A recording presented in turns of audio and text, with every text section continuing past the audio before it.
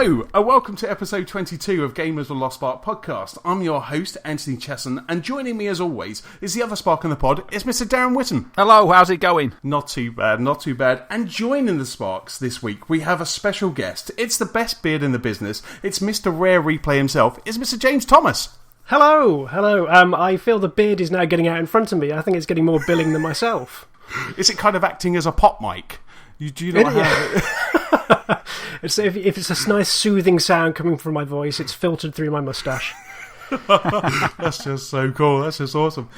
So how's your week been, guys? Yeah, it's been good. It's been good. I had last week actually off from work and up in Scotland, and I thought about taking the likes of Meat Boy and still got addicted to Rogue Legacy a while back, so that's still keeping me ticking over with the Vita. The Vita is my go-to console every time I go away now, so despite there being nice scenic Scotland views, it's always good to take a bit of gaming to fall back on in the evenings. Yeah, absolutely. The Vita, I think, is just such a great console, especially if you've got like PlayStation Plus.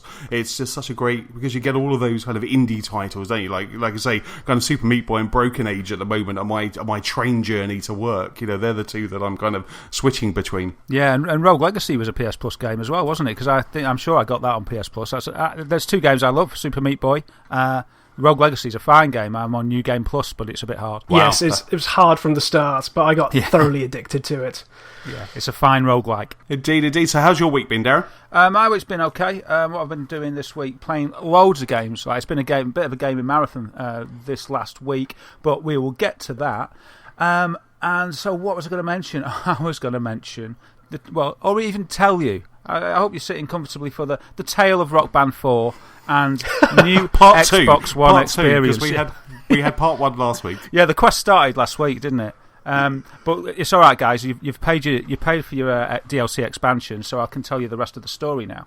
So, Rock Band, all there, wrapped up, ready for the main event of my good lady wife's birthday, and she unwrapped it and was delighted and elated with the present that she was bestowed with.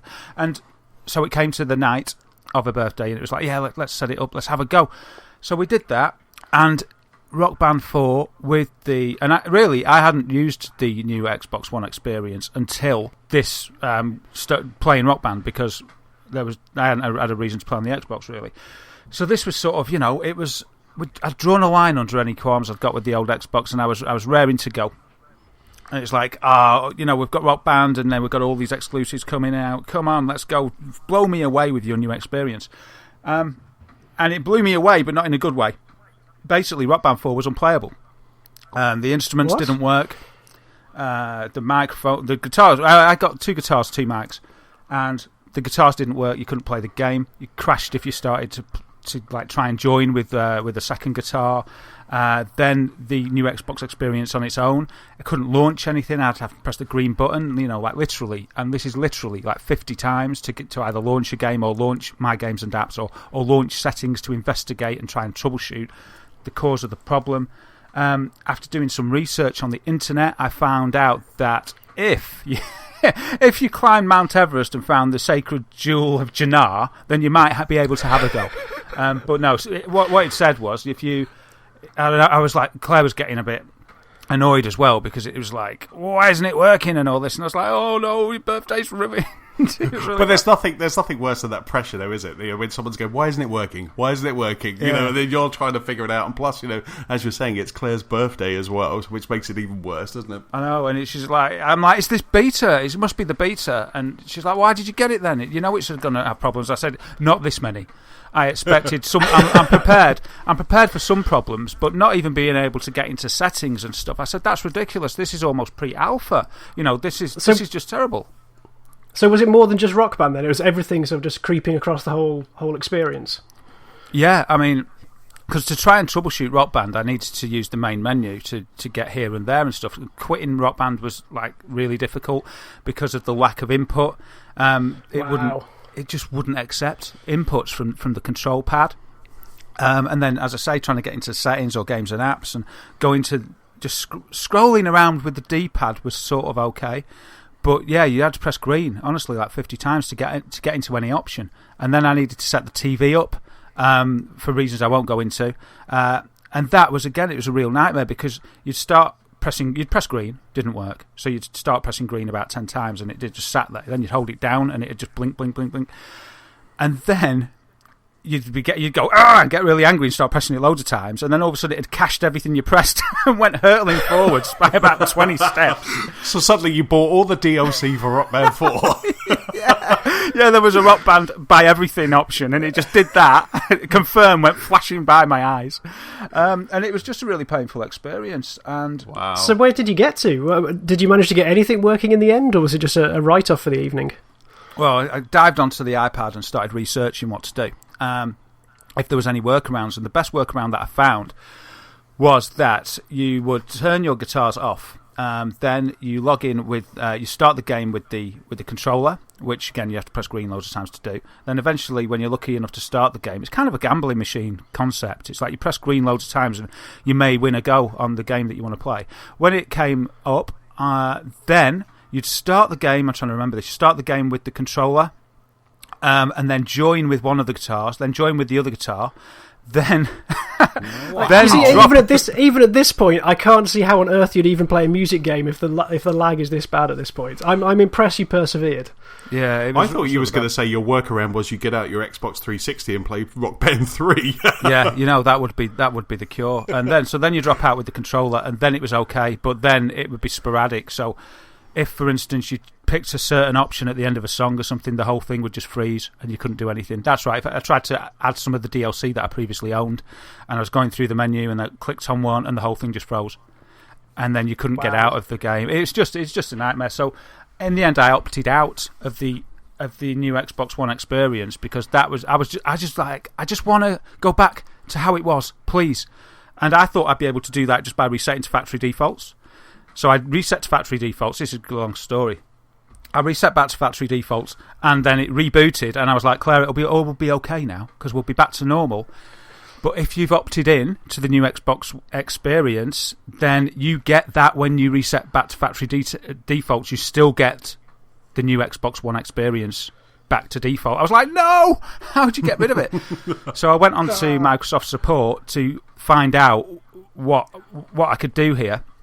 And they said basically the only way to get out of the new Xbox One experience if you've opted in is to go to the Xbox preview dashboard, then go to the registration part, which is where you opted in, and you change the registration thing to opt out.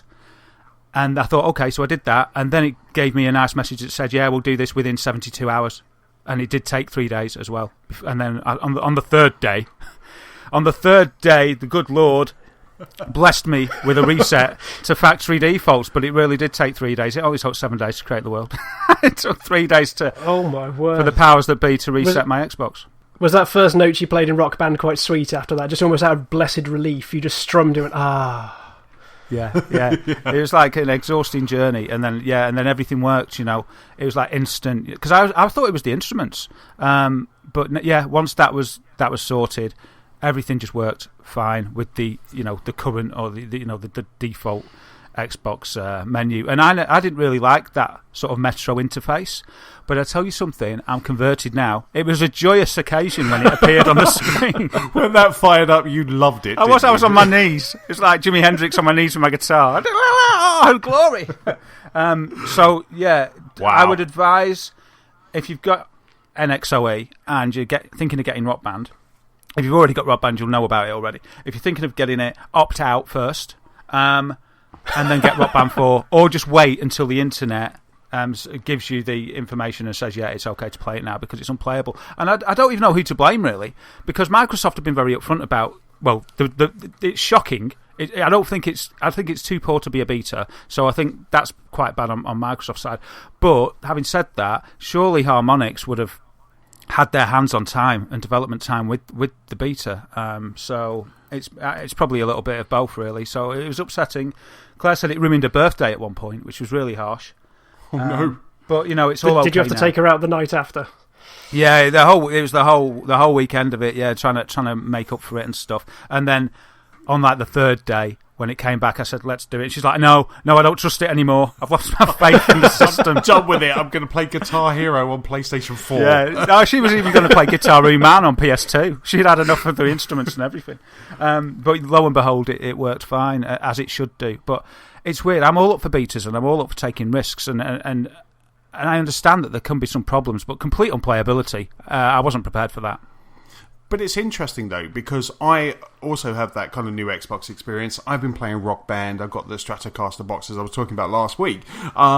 And I've had a few problems, but nothing as major as you. I have it every now and then. The guitar it just stops responding. So I fail a game and I fail a song, that's my excuse. It's the peripheral that's not working, but it just stops working every now and then. But that's kind of all I've had. But I haven't had anything as bad as kind of what you're experiencing. Well, I'll add one thing. I mean, the control. So you don't have. Well, the thing I was going to add was that I'm using legacy instruments with the legacy adapter. Right. So that could be the issue. Maybe that's why it affected me more. But that wouldn't explain why I had such issues with the control pad. No, absolutely. It's a bit of a bizarre one. It's very interesting. So should we jump into it and try to get into what we have been playing this week successfully? James, do you want to kick off? Well, I'd probably carry on with Rock Band 4 then. I managed to resist initially buying it. As I said, I was up in Scotland, and so when it initially launched, I was hundreds of miles away from home, and so luckily managed to keep my wallet in my pocket, thinking, by the time I get back, the excitement will have died down, everyone will have moved on to something else, but I just kept looking at Twitter that week and just seeing everyone unpacking their plastic instruments afresh, and I think because I couldn't be near anyone to see it, to try and play it, the fever grew, and so pretty much on Sunday night, used my Amazon Prime, one click, Rock Band 4 Band in a Box was at work Monday morning. Hey. Nice. So a complete turnaround in the space of 7 days from going, no, I'll wait, to jamming out hard last night. So, I have to say, I was worried how it would still stand up after all these years, but because I think I've left it long enough, I think it's been about 2-3 years since I've really played it, and even then that was Rock Band Blitz, the controller-only one. I love the feeling again. It's just come back. That feeling of just jamming out some chords or going through a riff, or my own personal favourite, just going around the drums. It's still got it. It needed that time away, but the feeling is still there. Absolutely. I was going to say, what's your kind of go-to instrument if you've got the Band in a Box? What one did you grab for first? It's got to be the drums. The drums actually in the first Rock Band were the reason why I actually started taking and learning proper drums. So this is almost going back to my roots at this point in time, the thing that inspired my craze.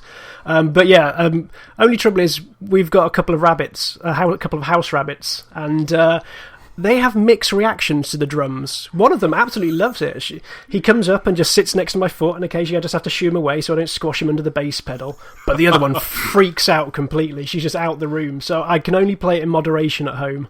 Right. That's hilarious. That's brilliant. So, the drums are so difficult as well.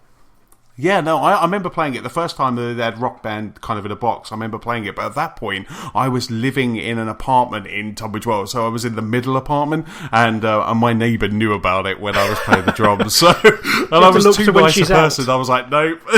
Yeah. Well, as soon as they left to go on holiday or something like that, I dragged the drums from under the bed and played it. But you're right, though. It is just such a great game, and graphically, it hasn't kind of moved on that much, but it's still so satisfying when you just start playing a song. And I do like the fact that you've got these kind of set lists that you can then subscribe to or vote for, so you can kind of build your own set list, which they kind of started doing in Rock Band Beatles, I think. And it's just really good. It's just such a great game. And you're right, I think the time away was enough that now that when you're playing it, last night I had headphones on and I was just kind of playing away, and I was just absolutely having a blast. Yeah. I think you're absolutely right there. It needed the break because we did get saturated with this genre for a little while. Once it was sort of seen as being popular, it was just proper, just like, I don't know, it was just the whole market was saturated. Everywhere you looked, there was just new Rock Band or Guitar Hero, especially games coming out, and it sort of, I don't know, it tarnished it for me a little bit. And I remember getting home from work and the first thing I'd do was just like get the guitar on and just start playing it, And like when I first started it was a game that I'd play, say, on a Friday night after a few beers, but it was that addictive that it was just like, no, this is more than just a party game. This is just pure fun, and I loved it so much. And yeah, the breakaway I think has been perfect. And I also, the last one I played was Rock Band Blitz, which reminded me a bit of a game called Frequency that I don't know if you guys would have played, but I think that was harmonics as well. I think. I might be wrong there. But yeah. And then they've also got that added kind of solo as well, haven't they? The guitar solo, which I'm having great fun with. It sounds terrible when I'm doing it, but it just sounds, I'm just really having some fun with that guitar solo bit. So when it goes into a solo, I'm rocking out.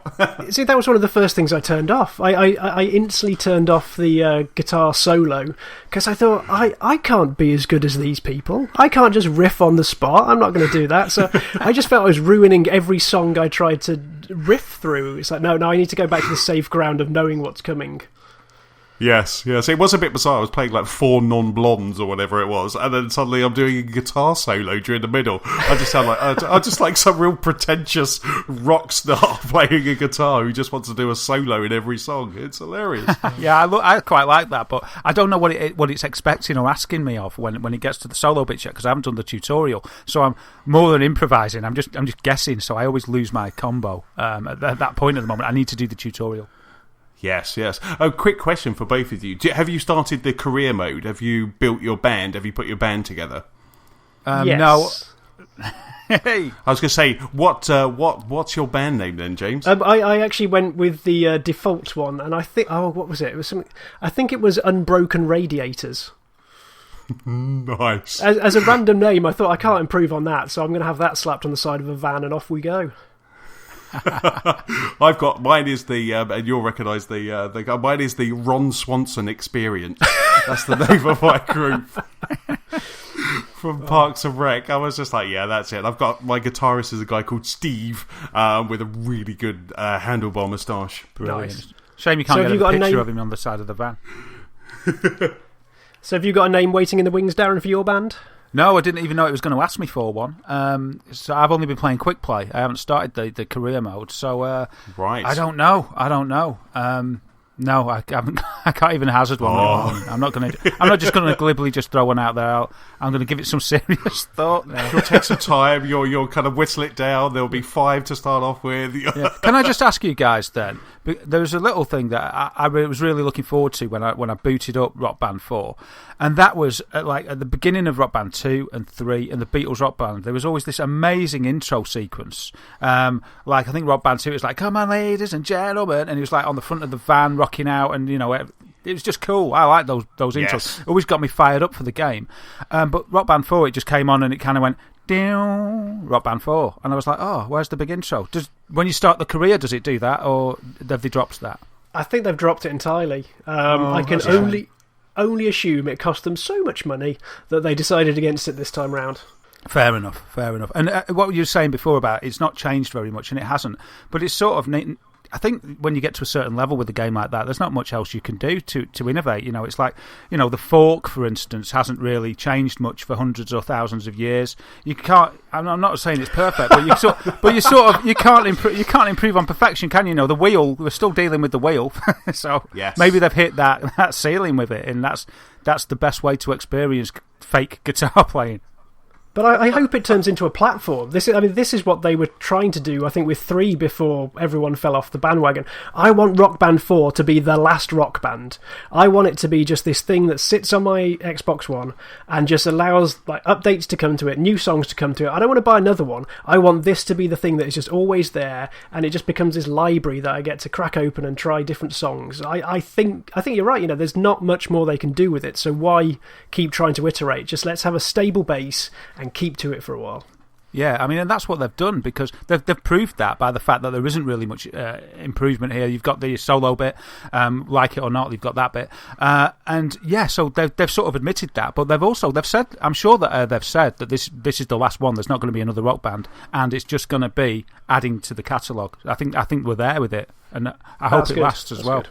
Yeah, though it definitely needs to be, and you can play online, can't you? You can play co-op, and you can do all of that with your band, and so as you say, it has everything, doesn't it? It has everything that it needs, and all they can do is build with kind of maybe more venues and just more stuff in the game, more kind of add-ons and characterizations, I guess. You say that, but I think it's stripped out the online stuff this time round.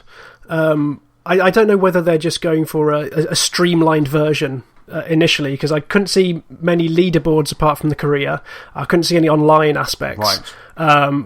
But I get the feeling this is like that sort of first version, and if it does well, then they can pump the resources in to try and add online. Or at least that's the feeling I got from a lot of the interviews and things that I saw around the conferences this year. Interesting. Like I say, I mean, hopefully they'll just, because it has been the initial results is that it has been selling well, and judging by Amazon and what we were talking about last week as well, it's hard to get hold of that legacy edition, which was just the kind of game and the adapter that was selling out everywhere. So here's hoping that they do just keep performing and keep kind of adding to it. So what else have you been playing, James? The other impulse buy was Transformers Devastation. Actually, I say impulse buy. It was an impulse buy about 2 months ago. And I got back from holiday just to find it sitting on my Xbox One. I turned the Xbox One on Sunday evening just to go and watch some NFL, and this little icon came up going, Transformers Devastation is unlocked. And I love it. I think there's part of me that's an absolute Transformers fanboy, but I'm so happy the game can back up that feeling. Absolutely, I think, and it does that, doesn't it? Right from the loading screen, right from the first screen that you see, and then you get that rift, and you get that Transformers theme, and straight away you got a big grin on your face, and you're like, "This game is going to be good." Because it just looks like the cartoon as well. I think that's the first game that I've seen has not just captured the fact that is Optimus Prime, but it has that really nice chunky cell shading around it, and when he talks, it looks like... Well, to be honest, it probably looks better than the cartoon. I think I've got a rather rose-tinted view of the 80s in that respect, but it just reminds me so much of it. I think they've brought in the voice actors, they've even got the characters spot on. It knocks anything Michael Bay's done into a cocked hat as far as I'm concerned. No, absolutely, it really does, and you're right. It probably does look better than the cartoon. That's probably how we think the cartoon looked, in our minds. That's exactly it. It does. It's just amazing. I mean, I've only been playing it for about I think I just got through the first level, but I can't wait to go back to it. There's been other stuff that's been kind of pulling me away, but it is definitely just sitting there on my hard drive waiting to play, and it's amazing. You've been playing it as well, haven't you? I have, yeah. It's great. It is that definitive Saturday morning cartoon experience. It's like immersing yourself in that Saturday morning cartoon of Transformers. It's amazing, and I just envy the kids today. That they can just watch something like that. If they're into Transformers, or their dad goes, "Oh, remember this was cool when I was little." Because I know some dads do. I don't know if Transformers is on anymore for kids and stuff. Oh yeah, they have something called Transformers Prime. Oh, excellent. I mean, this is so good. This should be called Transformers Prime, and in my experience, it should have been called Rock Band Devastation. But anyway, I'll stop there. But yeah, I'm absolutely loving it. I'm not as big a fan as you two guys are of sort of the Transformers canon, so I don't know that much about it. But I love Platinum games.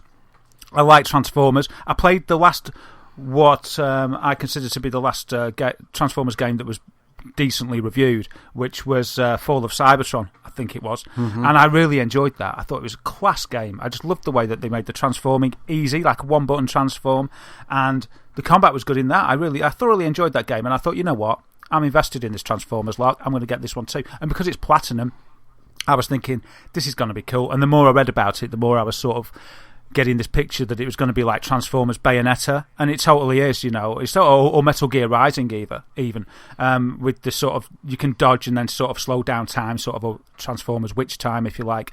And yeah, I really like it. The last thing that I did was the Constructicons all came together to make, I think he's called Devastator, and I had a big fight with him, and then, I don't know, I went into wherever it is that Megatron was sort of trying to stop us going in. I went in there, and then I thought I've got to stop because I've got another game to play. But I'm loving it.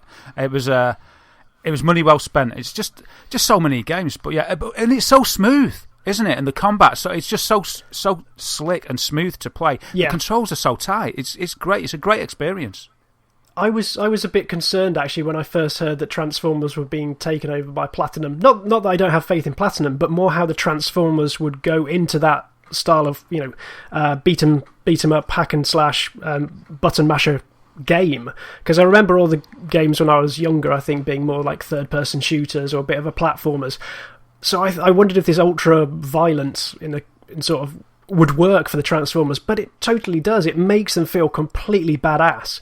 But I think it's nice and offset by the fact that it's not just this hack and slash Devil May Cry-esque game, but the city you get to go through, I think, is really nice. It's not just a case of a linear level. The whole thing is set in this relatively large level with lots of tendrils going off everywhere and lots of little secrets that you can find or side missions. So they've really fleshed out the world. So if you're not a massive fan of just wanting to go and destroy the next batch of Decepticons, you can go off and maybe try a little bit of a race or a bit of a puzzle or a shooter. It's got some nice variety, and I hope that carries on as you go underground into the next part of the game.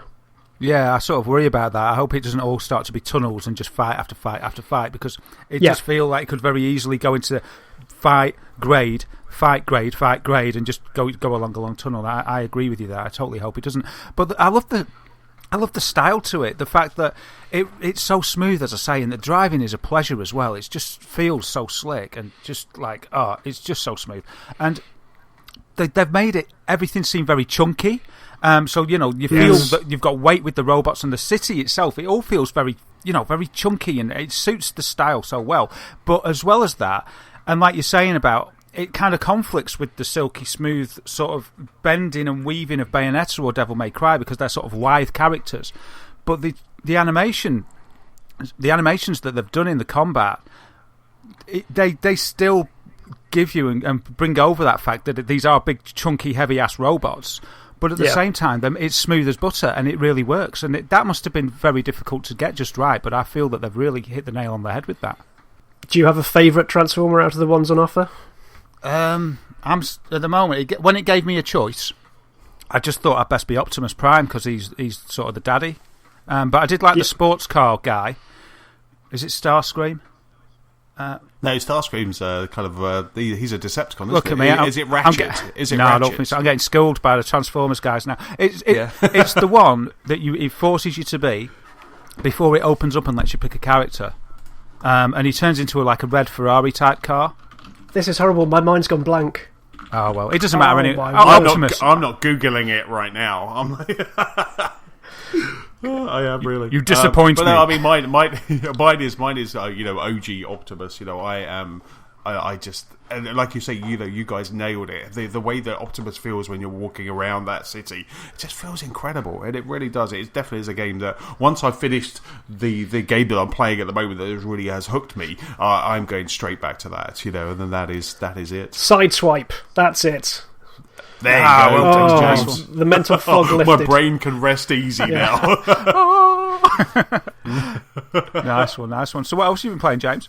The biggest one on my list that seems to keep cropping up because I can't get away from it is Rocket League. I absolutely adore Rocket League. I think it came out of nowhere, for a lot of people, that the PSN freebie a few months back, and everyone, we'll just give it a quick go, maybe a few games, see how it fares. It's free, give it a dabble. But it's got me hook, line, and sinker. There's something about how Moorish it is. Just 5 minutes and it's over, but then there's another one that just throws you straight back in. I love that. Well, backtracking, I used to be a really competitive online gamer. I used to love going to the Halo matchmaking, love trying to just get up the ranks as quickly as possible. But then all of a sudden, I just found that quite grating, and I've had a lot of time away from being the multiplayer. I still like co-op and campaigns with friends and what have you, and even the odd LAN party. But actually going online competitively is something that left me way back. But there's something about Rocket League that started to draw me back in. I think it's almost like the Splatoon aspect, where it's quite short. You don't necessarily have to communicate with everyone on your team. I know that's a bugbear of yours, Anthony, but if you get into a good team where there's 3 of you who know exactly what you're doing, and it's not even experts, it's like someone at the back, someone at the front, someone in the middle, and you just have this really nice game of car football going on. and it just feels magical. If you like string together this little move where someone knocks out from the back, maybe goes down the wing, and someone slings it from the outside, and you leap into the air and in Rocket League fashion just boost your little car up into the stratosphere and knock it into the goal. There's something just wholly satisfying about that. It's like remote control cars crossed with remote control aeroplanes in a giant bubble playing football. I love it. I love it. I love how you explain Rocket League, because when I explain Rocket League, it's just a crazy mess that's happening, and I'm lucky if I hit the ball. But you make it sound so poetic. It's lovely.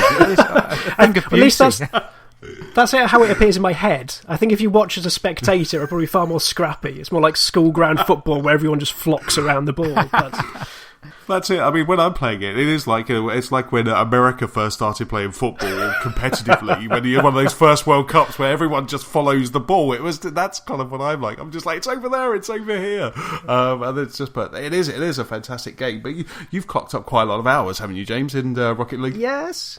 I've got over 600 games, which I think you do about 7 or 8 games an hour, so I'll let you run the maths on that one. But wow. We've got a tiny little group at work who every lunchtime we just, like, the 4 of us get together, split screen on a massive telly, 2-on-2, maybe we take on the AI, but it's just fantastic. I think especially it brings back that sort of couch competitive nature where you've got your friends next to you, so you can elbow them, give them a bit of a ribbon, maybe just look them in the eye, and it's a proper friendly battle going on there, but it really ups the stakes when you can see who you're playing at that point. Yeah. Fantastic. And like you'll find, because I used to game at work many years ago in like 2000, we had a few games, but two main ones were Soul Calibur on Dreamcast and Unreal Tournament on PC, and we found that we all got so good. So I imagine your skill sets, because you're all getting good together and you're having to sort of overcome that, and you just get very good, don't you, when you're doing that every day? I think it's fair to say that some other people carry me occasionally. I'm not going to. We have definitely the poachers in the team and the keepers in the team, and I like to think of myself as that midfield sweeper upper, keeping back, just looking after danger, which basically means I can't score and I can't keep goal. But it's fun nonetheless. It's the taking part that counts. That's it. I'll get the medal for trying. Brilliant. Superb. And what about you, Darren? What have you been playing this week? Well, I've been playing, obviously, Rock Band Devastation. I mean, Rock Band 4. So I won't go on about any more than that. I do love the game, though, right, so I'll say that. But apart from the woes, I've got it now and it's great. And I've just played Quick Play, which I've already said. So I'm looking forward to getting the career mode going and getting hold of, hopefully, the legacy stuff from Rock Band 2 and Rock Band 3 and seeing how that works. So we'll see and report on that in a future episode. I know Harmonix haven't got that working yet, but they do say they are doing. So, yep. Just one question about that before you move on. Apologies for that. Are you going to be able to port all of the songs from Rock Band 2 and 3 and Lego into Rock Band 4, or is it just the DLC? Right, I'm not sure about Lego, but and any DLC that you've already bought that's available, so hasn't been pulled for licensing issues or whatever from the Rock Band store, you own, so you can get that. Okay, yeah. It's a bit awkward to get it because you've got to go and hunt for it in the store and download it. It doesn't there's not an account, for instance, that just says, "Oh, you've bought all these," and just gets them for you. You've got to go and get them piecemeal, which is a bit time consuming. Now, as for I think they're termed as the set lists from Rock Band 2 and Rock Band 3. If you exported your songs from Rock Band 2 to get them into Rock Band 3, you've already exported them. That means that they should become available when Harmonix have worked out how to do it, but that's probably going to take longer. That's probably going to take the longest for them to sort out. They say you can export the tunes from Rock Band 3, but they're working on this, so we don't know how it's done yet. But presumably it'll be the same as you did with Rock Band 2, where you've got to boot it up and get an export code. And you may need to pay a little nominal license fee that I remember I had to do with Rock Band 2. It was like £4.99 or something. But they say that they're working on getting this working so you will be able to get all these songs. But we're just waiting to hear how. So it's all going to happen, but it's just a matter of time. But if you check on the Rock Band's website, it does say there's some that it's not going to happen for. Beatles Rock Band, I know you said before, is a standalone game. They are not going to be transferable. And then I think there's a few other games, and I don't really want to reel off a list because it may be wrong, but I'm pretty sure like some of the Lego ones, really the ones that aren't the main ones. There's quite a few that came out that aren't considered as main iterations, and they're not gonna. I don't think they're gonna come across. But if you bought DLC within the games, then that's supposed to come across. But then it's strange because Rock Band Blitz is supposed to be transferable because you own the songs in that. But I hunted out a song from Rock Band Blitz and that wasn't owned already. But it might be that they're just still working on it. So it's part of the larger packs because when I exported Rock Band Blitz to Rock Band 3, I think it just comes under the same sort of terms and conditions as Rock Band 2 and what have you. So it's like if you bought the individual DLC, yeah, you can get that now. It's those big packs from Lego and stuff. That's the whole thing is going to come later. Right. And if you haven't exported Rock Band 2 already, you're kind of out of luck. You'll be very lucky to be able to do it because EA aren't supporting exporting from Rock Band 2 anymore, or Activision, or Harmonix, or whoever it is. They're not supporting exporting from Rock Band 2 anymore. So if you haven't done it already, the chances are it'll be very difficult for you to get a code. I was reading some thread on Reddit or NeoGAF or something, and it was saying that if you sort of ring up the support number and you get somebody that's nice, they may give you a code. But the people, most of the replies to that were saying, "Well, I just tried and they didn't. They said it's not supported. They said it's not supported." So I think you're out of luck unless you've already done it. So yeah, I think they're going to try and make it happen. It's just going to take some time. Awesome. Sorry about that, but that was really good. That was really helpful. No, that's Thank you. That's all right. I mean, it's important and interesting to me. You know, it's one of the key things. I expected to just have access to the whole lot. To be honest, when I got the game, so. It was a shame because I don't think the set list on Rock Band 4 is as strong as perhaps some of the others. So, yes, I thought that was just me being old. Oh, I did. I was like, I don't know who they are. But then I think you've said before in previous podcasts where you've used Rock Band as a way of into an introduction to bands or songs that you've never heard before. I mean, I probably wrongly I've told this story before, but I got annoyed with music in I don't know when it was, so sort of late 90s. And there was a lot of these sort of plastic flowchart, boy band stuff coming out, and I just got fed up with it all. And I don't know, the Happy Mondays went out of fashion or something, and I was in a little sulk. And so I threw my 10 CDs in the back of my 10 CD changer and never looked back. But it means I have missed, in my stubbornness, I've missed a lot of good songs because I didn't realise about all these tunes. And Guitar Hero and Rock Band introduced me to like bands like Muse and things like that. And I was like, wow, so there is good stuff out there. So yeah, I mean, I'm saying it's not.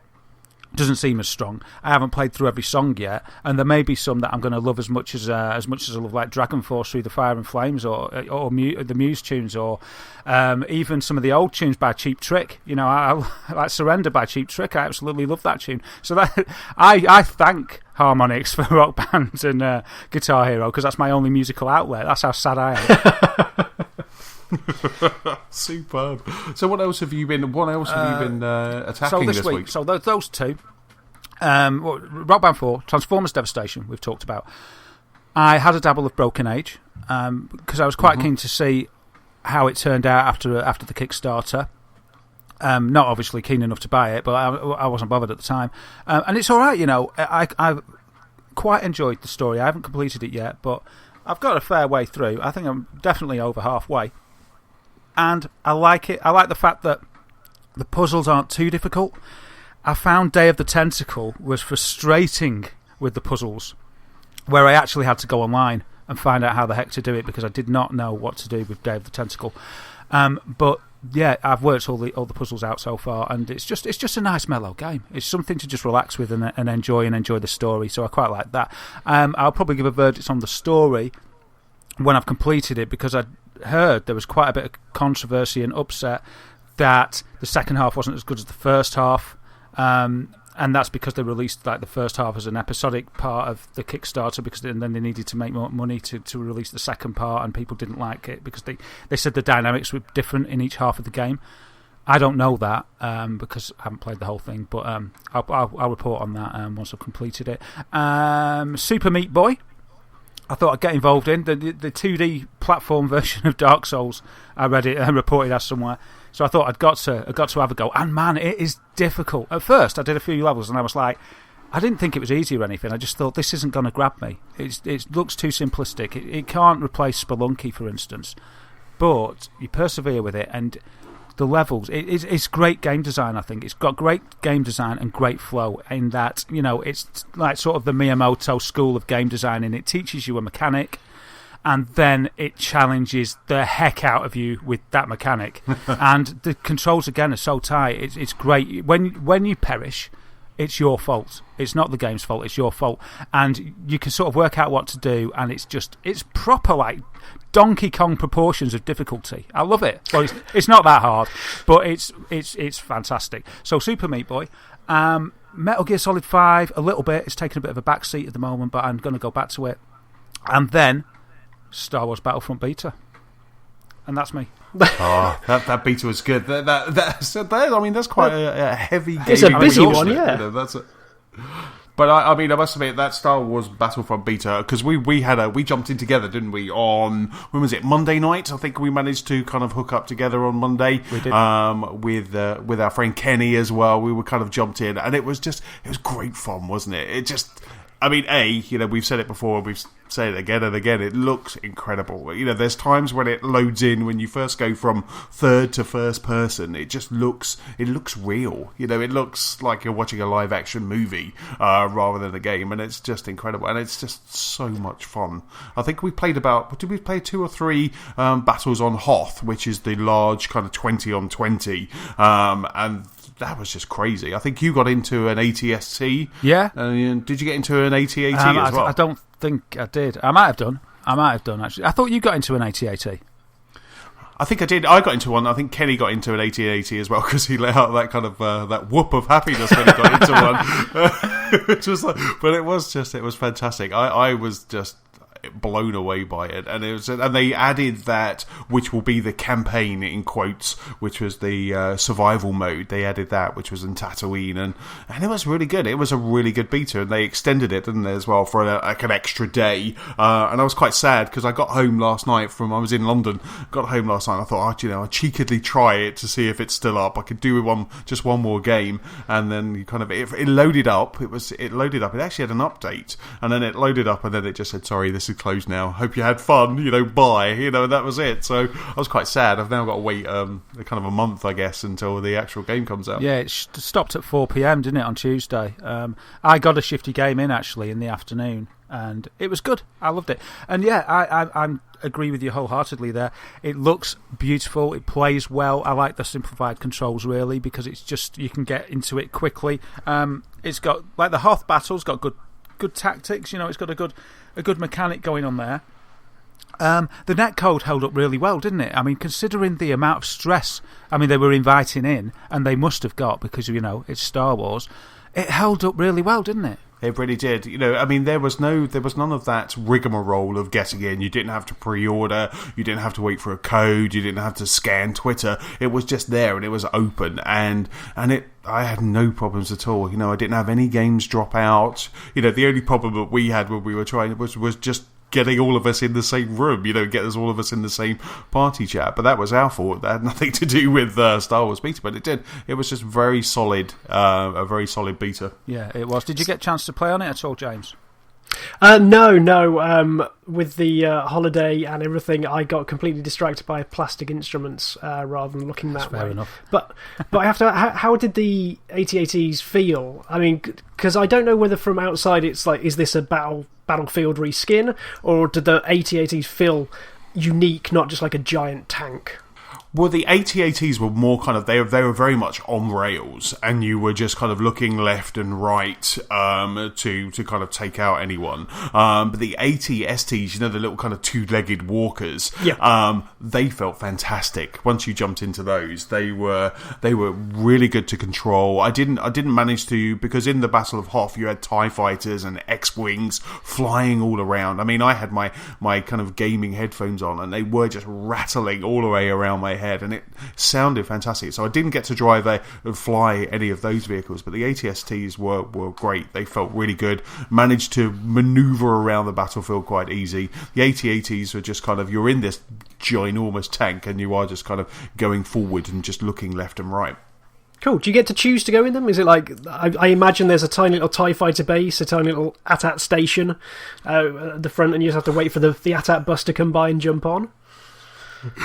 You can imagine just a queue of people just waiting for the next one to kind of get on the ride. No, I mean, throughout the battlefield, there's these little blue tokens, there was ones which have a lightsaber, and then when you went across that, you could be, obviously, if you were Rebels, you'd be Luke Skywalker, the Empire, you were Darth Vader. And then, so there was an ATST token, an AT-AT token, and a TIE Fighter token. So if you went over those tokens, it then just counted down. I got killed. I had a TIE Fighter token and then got killed, and I was very angry. I was just like, but so you get those, it counts down from like 10, and then you just hit, I think it's R1, L1, and then you're off, and off you go. Cool. Into the sky. Yeah, I got to fly a TIE Fighter in an X-Wing. I never found a snow speeder, unfortunately, because I wanted to try the old tow cable trick on the AT-ATs. And just why I say AT-ATs, when I was younger, I used to call them AT-ATs, but it seems the thing now is to call it AT-AT. Why is that? I don't know. I'm with you there, Grandad. I'm the same. It's just like, what's happening? I was speaking to my brother, and I was like, then I was in this AT-AT. He was like, what do you mean an AT? And I was like, do you mean an AT-AT? And I was like, yes. Is it because you can't pronounce AT-ST the same? AT-ST doesn't really work. AT-ST. I used to just call them ATSATs or something like that. I was just like, but yeah, this whole, they say it in the game, so it's canon if you say AT-AT. It's got to be AT-AT, but I miss saying AT-AT. I used to like saying AT-AT. And I think I said Scout Walker for the ATSTs. Right. But yeah, just wanted to check if I was on the same page with you guys. Can I just say, I've got a list of things that about Star Wars Battlefront that maybe weren't so great. And I'd just like to see your thoughts on them, Anthony, if that's okay. Shocker that you have this, Darren. You can't just take it. It is wonderful and amazing, and the beta was great. But it's there. It's there for criticism. And yes. I don't think it was perfect, and I'll tell you why. I wish it was, but then you got to have something to whinge about. But for me, when I was playing it, I was just like that. I was like that guy in the Lego movie, the one that's like, spaceship. That was, in my head, was just Star Wars. I'm playing Star Wars, So, go on, lay it on me. What have you got, Daz? Okay, here it is. And me too, though. When the crescendo of music swelled and the super realistic environments, man. I was in Star Wars and I love Star Wars, and that's why this list hurts. But here it is anyway. So, one thing, the things I didn't like the fact that the melee attack wasn't an instant kill. It's sort of like if you've earned if you've managed to get that close to someone, then give you an instant kill for a melee attack, because otherwise they're still alive, they just shoot you and you die. I found that a bit annoying in most games that I played. If you get up to them close, it's an instant kill. I'm sure it was in Halo. Well, no, Halo's a bit of a kind of, if you do a melee in Halo, you've taken out that person's shield, haven't you? So you then just kind of finish them off with a gun. I forget the mechanic, yeah. So it is kind of a bit of a, and then, and then that's it. But go on, carry on. Yeah, I found there was a lot of, and this might be just because it's a beta, but there was loads of campers on the spawn points, which is really annoying. That's not just because of the beta. That's every game you ever play. There's got to be a mechanic around that, though. It's got to be like just you can tell that's happening. It's like, let's have some extra random spawn points around that area. I mean, I know they're tactical spawn points, but it was just very annoying. And yeah, I know it's sort of like in every game, but it's not. It annoyed me, so I'm saying it. But there was a game that around the spawn points, around the spawn points, that they had automatic kind of guns that if anyone was there, they would just get mowed down by the AI. I can't remember what game that was. It might have been Gears of War or something like that. That if anyone tried to do that, they were taken out straight away. Yeah, maybe. Yeah, I think that's just what it needs, isn't it? Yeah, and I thought also because on the Hoth level, the balance was definitely stacked in the Imperial favour. And the rebels had to get to the uplinks and switch them on to sort of kick it off, really, to kick off their fight or their defence against the AT-ATs and the Imperials' attack. And I just thought that because it was so stacked against them, it would probably have made the game better if the uplinks were switched on right from the start of the game or the round. And so it was the Imperials trying to leg it and shut the uplinks down, because it is the rebels' base after all. Do you know what I mean? So bit of flavour, bit of theme to it. Yeah, I thought that would be nice. And I thought it'd make it just for a bit more, just even more exciting in the game. I thought that would be nice. The other thing is, you can get in the X-Wings and the TIE Fighters and stuff. But I didn't see the point of it once I was up there. Apart from, I was like, this is great. I'm flying around, but it's like, well, it's more important to be on the ground. Do you know what I mean? I thought it's more important to be on the uplinks really than be. I suppose, but if you're up there and you manage to be up there at the time when the walkers' shields come down, if you're the rebels, then that's quite good. And if you're the Tides, I suppose you're just trying to make sure there's no rebels up there for that point in time. But to me, the battle seemed to be very much based on the ground, on the infantry, and that was the core of it. And in the end, I was going past TIE fighter icons and things, or X-wing ones, because I was like, I don't want to be up there. I want to be down here fighting for the team. So that was another thing. That's it. Apart from this lack of campaign disturbs me. And how long will the fun last? I know because it's Star Wars. It's got more of a grip than say new IPs like Titanfall or Evolve, but we know what happened to them with multiplayer only. Battlefield also got rid of its campaign, didn't it? And that didn't go well with the Battlefield Massive. So, if they're going to stick to online only, multiplayer only, will it get stale quickly? That's one worry I've got, especially for all the fans that. Well, I suppose the more people that buy in, the longer the fun will last. Or at least the longer there'll be people playing. But if all of a sudden, if everybody just sort of gets bored, that could be really bad for the game and for the franchise. That hasn't happened with the likes of Call of Duty, and I don't think that their multiplayer in Call of Duty is fueled by the single player. So that just exists on its own. So will Star Wars go the same way? I don't know. It's just thought I'd float that out there.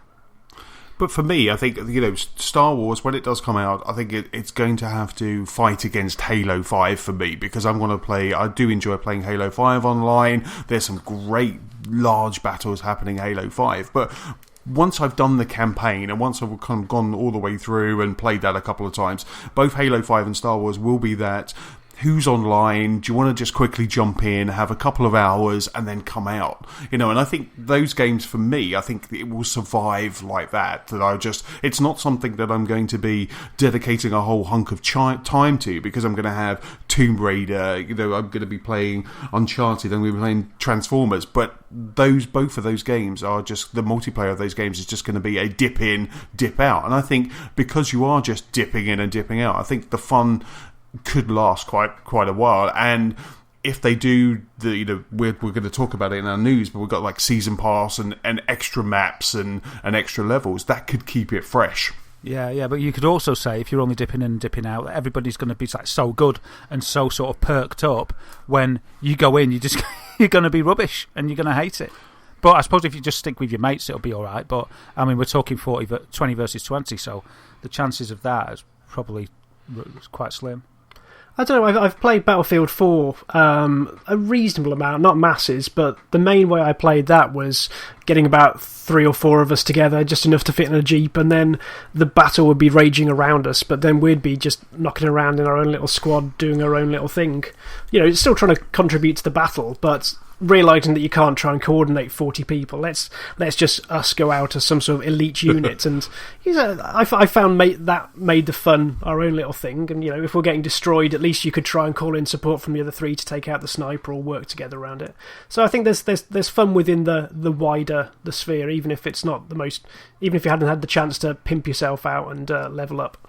That's a really good point. Yeah, absolutely. Yeah. That's quite cool. It's like you're playing like a meta game within Battlefield. Yeah, but I find that when I'm playing Battlefield, I enjoy that mode where you have to capture the points, and I enjoy capturing the points more than taking out people. Yes. My kill rate is always low, my death rate's always high, but I'm happy just to kind of take those points out. Or when I was playing the Hardline, Battlefield Hardline, it was just doing those heist modes and driving around in a Jeep and just, like you say, just kind of adding to the team, being a team player rather than that person that's top of the list taking everybody out. And that's the joy of having games with such a large number of people in it, because I think it can then sustain several types of players in that respect.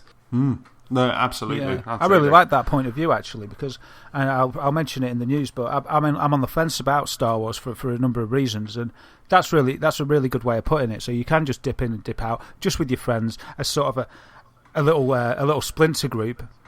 and just do your own thing. And if you get better, more power to you. But essentially, it's all about fun with your mates. And if you contribute to the overarching battle, so be it. But as long as you have fun with your friends, that's the main thing, isn't it? Absolutely.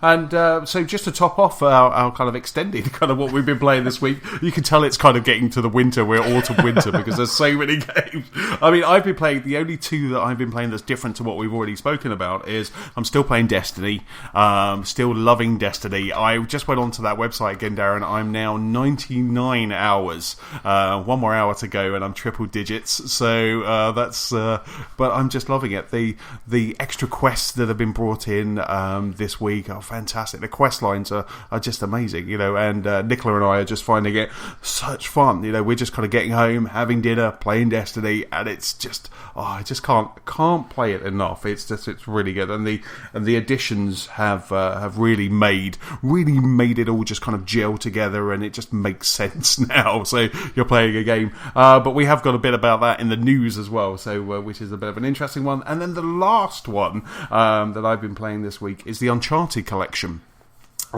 So as I've said previously on the podcast, I've dipped in and out of the Uncharted games, never completed one. So I'm playing the Uncharted collection on PlayStation 4, and I'm really enjoying it. I'm still playing Uncharted 1 at the moment. You can tell it's an early PS3 game that's been kind of tarted up. It looks fantastic, it looks good, but it does look like a video game. It does look like a PS3 game, but I'm really enjoying it.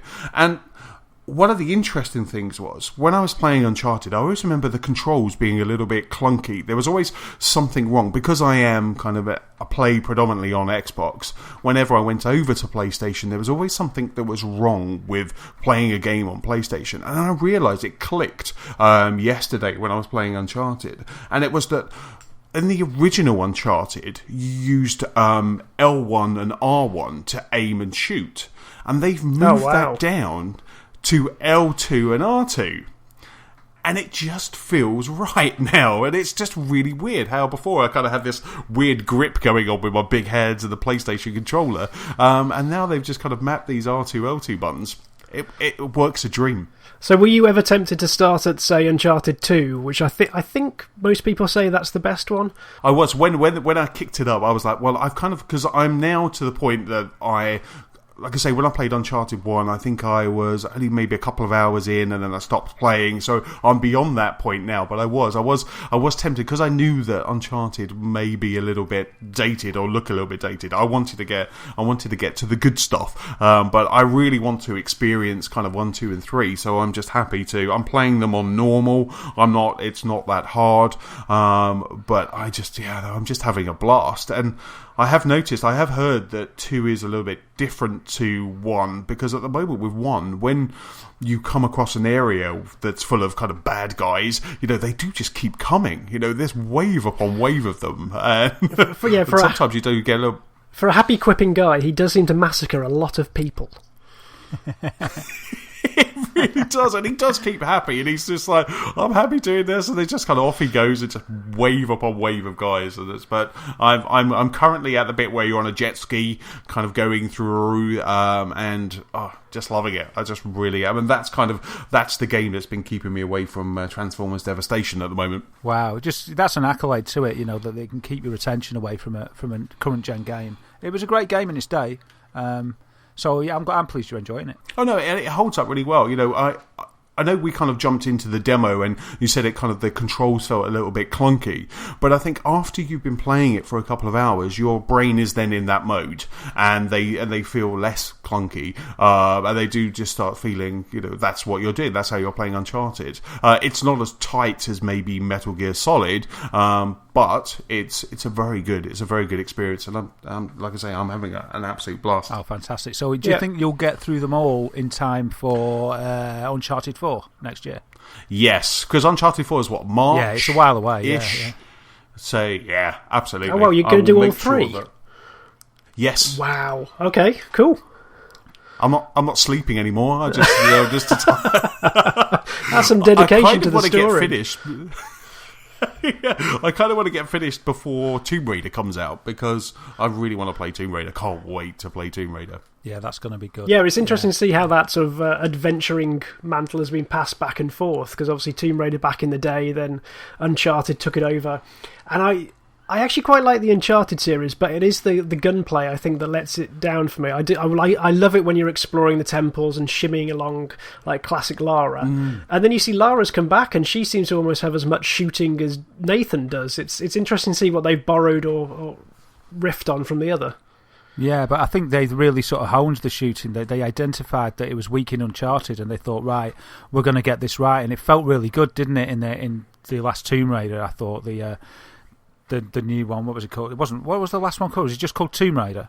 It was just called Tomb Raider, wasn't it? I think it was. Yes, I can't remember. Yeah, it must be, because you got the Tomb Raider Definitive Collection is the one, the Definitive Edition that's on. Yeah, they just rebooted it, didn't they? It's just Tomb Raider. So and yeah. I loved that game, and I absolutely, like you say, James. It's like Tomb Raider was the master. It had it there. Tomb Raider was the Indiana Jones game without the license that they made, and then Tomb Raider sort of sunk a bit. It sort of went off piste quite a lot, and then Uncharted came and took the mantle and became the king. And then Tomb Raider came back and thought, right, well, we can see what everybody loves about this, but we'll get the gunplay right.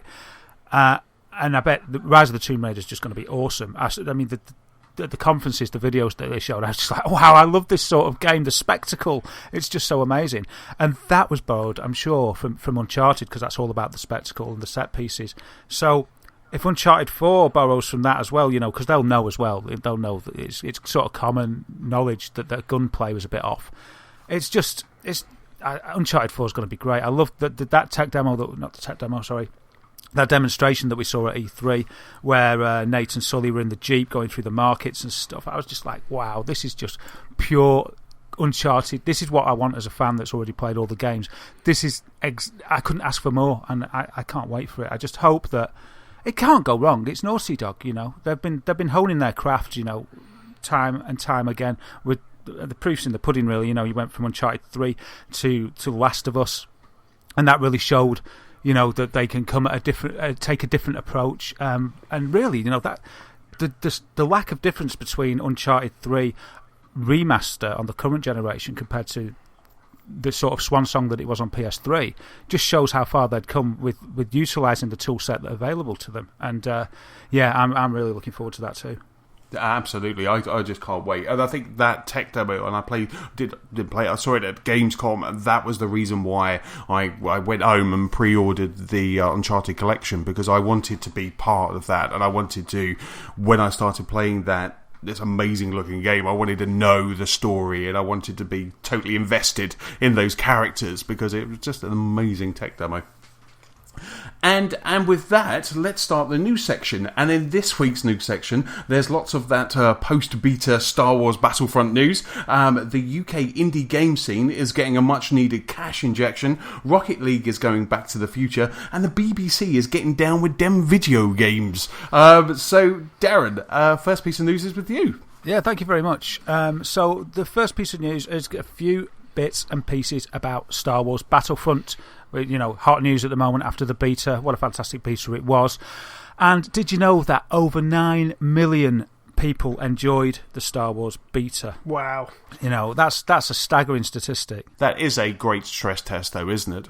Yeah, considering some of the stress on the servers in recent ones, like with Street Fighter and what have you, there's fair play that this held up. Yeah, the netcode really worked well. And I was playing it on PlayStation, which is known to not have the most reliable servers, so it working on there, and you didn't even need PS Plus subscription to get access to the beta, shows that they've done something right. I don't know whether it's EA's coding guys getting that netcode right, or whether Sony did something to the server end, to their infrastructure side. I don't know what happened, but it worked perfectly, and it's got to be more stressed than there will be at launch, because there's people that are not going to buy it that will have just jumped in, so that's fantastic. But Games Radar reported that in the latest issue of the official Xbox magazine, General Manager Patrick Bach of DICE, and that's BACH, I presume it could be Bark, said that basically a lot of people say, oh, it's just Battlefield with a Star Wars skin. So he responded to this and he said that they knew, obviously, that this assumption would run riot with the public and the games press when they announced it. And so he replied to this and he said basically that they could have done Battlefield with a Star Wars skin. It would be safe. That would be the sane and sober thing to do. If you just want to make money, that's the money grab. Go for it. But that's not very strategic in the long term. Think where you want to be in 5 years, and you won't want that reputation behind you because that would be a burden rather than a benefit. You want a fresh start so you can go in a new direction. That's what we're doing. The first Star Wars movie was in the same place. When you look at it now, it was the safest bet ever, but that's easy to say now. Back then, why would you want this space opera? So, it's interesting that he says that basically they didn't just go for the safe option. He's saying, they didn't just reskin it. They took time and effort to make it different than Battlefront. You guys have played Battlefront. I've never played it, so you'd be more... have more of an idea of whether it is just like a reskinned Battlefront. What do you think, just off the cuff then, from him saying that? They're saying that DICE deliberately went to make it not a reskinned Battlefront. So what do you think about that, having played it? Well, after Hardline, I think being almost like a reskin version of Battlefield 4, I think this is the very sensible option to reskin something for the second year running. I think they'd have had all sorts of things slowing against them, and I think it does the license justice, because you can go to town on Star Wars, as you two have found. There's something very unique about the 8080 AT-ATs and all the little walkers and the planes that I just don't think you could have got away with just trying to say, well, this fighter jet looks a bit like an A-wing, let's see if it'll fit the same. So they've probably given it the service it deserves.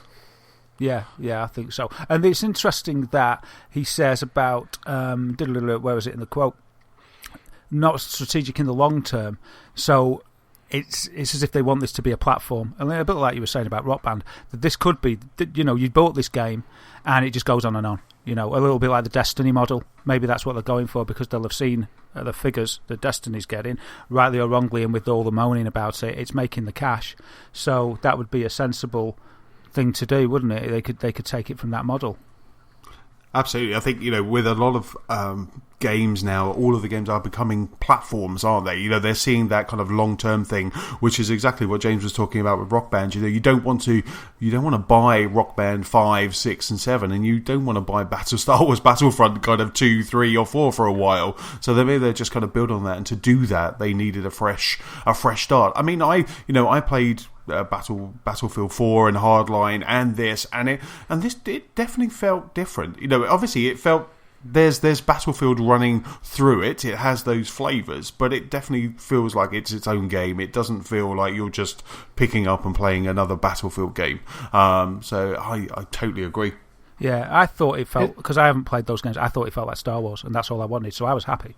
Especially with the how many Star Wars films are coming out over the next few years. You can imagine if they cashed in on the first one, the confidence that would have been left with the public on the next few as well. So it's probably a very sage business decision in that sense. It's like, we've got a long time. Let's build up. Let's make this first one as best as we can, and reap the benefits for the years to come. Yeah, absolutely. And so the next piece of news on this front, on the Battlefront, is that Star Wars Battlefront is getting a £40 season pass. Cue Darren's rage. I'm exhausted with Rock Band. Earlier today, I was saying to Anthony about that. I'm not happy about this and all this. I'm out of energy. So, what do you guys think about it? Would you like us to rage for you? It's yeah, well, but only if you feel like raging. If you agree with it, just say that you agree with it. But what are they offering? Well, we don't really know. It's gonna give us 4 planned upcoming expansion packs filled with new content that will take you to new locations across a galaxy far, far away, says the PR stuff. So that's what you're going to get for your £40.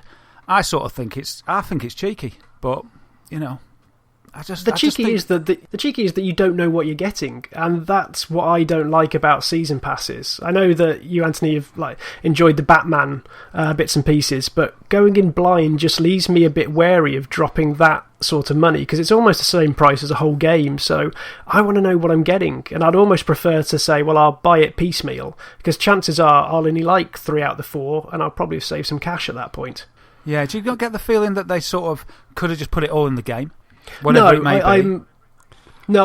I having been on the other side of that, I sometimes think that argument's a bit unfair, because it's not always a case that stuff could go in the game, but sometimes it's a case of, well, let's wait and see. Let's give ourselves some more time to make some content of a higher quality than rush out more content just to bulk out the game. So if they're spending this time, say an extra month to polish up a new map, then I think it's going to be worth the time, but it's that unknown factor of what are they polishing up. Yeah, that's a fair point. I mean, me and Anthony have discussed this many times. We'd much rather have quality than just buggy or just not fun, just vacuous content for content's sake that isn't actually fun. There's no point in that. But what about the price, though? £40, it ups the game's price to about £90.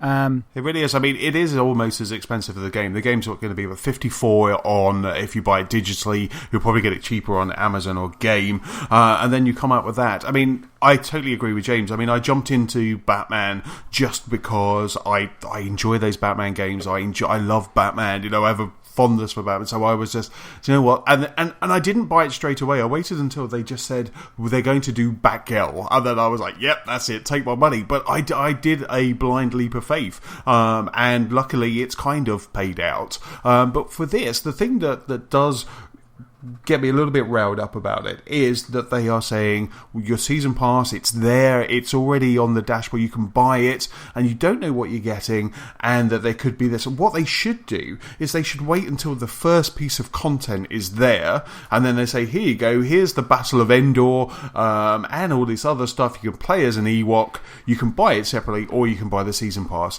For me, that is the best time to say, here's the season pass. Today we got Minecraft story mode for Xbox, and that comes along. Here's episode 1, you have to pay for that, but if you want 2 to 5, you can buy it on the season pass, and that makes sense because there's something there that you can buy. But for this, it is, as you say, James, it's a blind leap of faith, isn't it? We're trusting them to do right with that money. And the nice thing about things like like The Walking Dead, like Fables, and like the Minecraft Tales is at least you know the essence of what you're going to get. Your mileage may vary because at least everyone buying stuff before the reviews come out, it's, well, you pay your money, you take your chance. But at least tell me, at least like Call of Duty tend to go, we're doing 3 map packs. This is what you're going to get. This is what you're going to get. But you're right, it's also trying to cash in while the fever's high, because I know this Destiny caught me with this. When the hype was building up for Destiny, I bought that Ultimate Edition that gave you the Season Pass as well. Now, I didn't regret it, but equally there was a bit of buyer's remorse, shall we say, after I'd purchased, but before launch, going, have I made the right decision? Have I made the right decision? Yeah, and it's almost like they could just let the gamer just enjoy having bought the game, and just have that little honeymoon period without having to think about paying more. Just like you could have a month or so, of just like, the game's out, enjoy it. If they're not even going to announce what the content is, just don't say anything. Just leave it off the dashboards. Just let everybody enjoy it. Build up the hype with some, weekend events or whatever, and just keep making the fans happy with what's been released and the game that people have bought. And then, jump in and say, you enjoy it, we've been working very hard to bring you more, this is what we want to bring you, and this is the cost. Or even, they could have even got involved with fan input. I mean, that would take too long to develop probably. But do you know what I mean? Just let the gamers just enjoy it before saying, all right, you've pre-ordered the game, it's not out yet, but I tell you what, you're probably going to want to spend this other £40 because we're bringing more out. And it's just like, oh man, more money already? Like, I haven't even enjoyed the game yet. You've only given me a few days on the beta. Crikey. Saying this though, I was buying Rock Band DLC before Rock Band 4 had installed. I was going down that list going, I don't even know what's on this set list yet, but blimey, that looks good. Yeah. So I'm a right one to talk at that point. And it is a tough one because you in one aspect you're like, no, we should wait, but then the moment you see it there on the store of your console of choice, you are tempted to buy it. And like I say, I can't really say anything because I found out what one piece of DLC was on Arkham Knight and jumped in a whole £37 worth. So are you going to drop the £40 on this one then? I don't know. I'm going to say no, just so Darren, doesn't get angry at me. But when it comes out, if the thing is that if I'm enjoying Battlefront, if that is kind of keeping me, and I'm playing lots of online games, and I want to keep it fresh, then something like the Season Pass is going to help do that. But as you say, James, you'd probably be able to just buy it piecemeal anyway. So if maybe that level is more entertaining than that level, then I can just buy the one that I want. Yeah. And apparently, DICE Season Passes are good ones historically. As an example, I found on the web of the Battlefield 4 Season Pass, and that added 20 new maps, 20 new vehicles. Over 20 new vehicles, over 10 new vehicles, new game modes, and new gadgets. So that's quite a lot. That's quite a lot of content. So, but then they're saying at the start on this one, they're saying, well, it's 4 expansions, but that doesn't mean each expansion could contain many maps. So I think it's the ambiguity of it that kind of leaves a sour taste as well. It's just the fact that people can be that cheeky now, and maybe Arkham Knight did pave the way that they could be that cheeky and say, here's the game, it's coming out in a month, here's the Season Pass, we don't know what we're giving you yet. There's no announcement. If there was some cool thing like, you get to do this, or you get an extra vehicle or extra guns or more XP or something like that for buying the Season Pass. If there was some teaser, then that would be, but they haven't. They've just gone, and by the way, the Season Pass is going to be £40. Yeah, I feel sorry for the sort of the young people, kids that haven't got like that much money, because I think if you're going to get this game, you're going to get bang into it. It's sort of a given that you'd want to get this extra pack because it's just more Star Wars, it's more fun. But the great thing about it being that Season Pass is that if you don't want to buy it, then you just kind of vote with your wallet, don't you? You say I'm not going to buy it, you don't buy it, and then that sends the message. So it's difficult when it's Star Wars, isn't it? It's put me on the fence. It's dead bad because I don't know whether to just. It got me. I was thinking, this is dead bad. I don't like the business practices. But on the other hand, it's a business, and I understand the games industry needs the money to work, and I like games, so I want to support the industry. But on the other hand, I don't like the business practices. Just resist. I don't know what to do. Resist, because I mean, the Season Pass shouldn't. I hope it doesn't go up in price. They're usually quite static, so just hold fire. Yeah, I think that's good advice. And I was thinking about dropping it in a stubborn rage, but what you said before, James, about just getting your 4 mates together and just having fun in that tiny little circle within the circle of chaos, I really like that. So I think for me, I'm going to get it. I'm not going to get in a big strop and stamp my foot and not bother. I'm going to get the game, and I'll just hang fire, like you say. I did a quick comparison on the Battlefront website of what you get with each edition. So if you buy the normal edition, okay, you get. You've done your homework. How big's the spreadsheet? It's not that bad, actually. It's not that bad. This is for the PC version, so I'm just going to presume it's the same. If you get the game, the standard version, which is PC, it says it's $49.99, which seems expensive for a PC game. You get the Battle of Jakku play first thing where you get to play it a week before. Okay, so everybody gets that if they pre-order it. If you get the deluxe edition, you spend £5 extra. It's $54.99, and in that you get everything I've just said, the Battle of Jakku, and you get the DL-44 blaster from Han Solo, instant access, Iron Grenade instant access, Iron Torpedo instant access, Iron Shock exclusive emote, and a Victory exclusive emote. Okay, so you get 2 exclusive emotes, and the rest of it you can work for in the game. Okay, so it might be worth £5.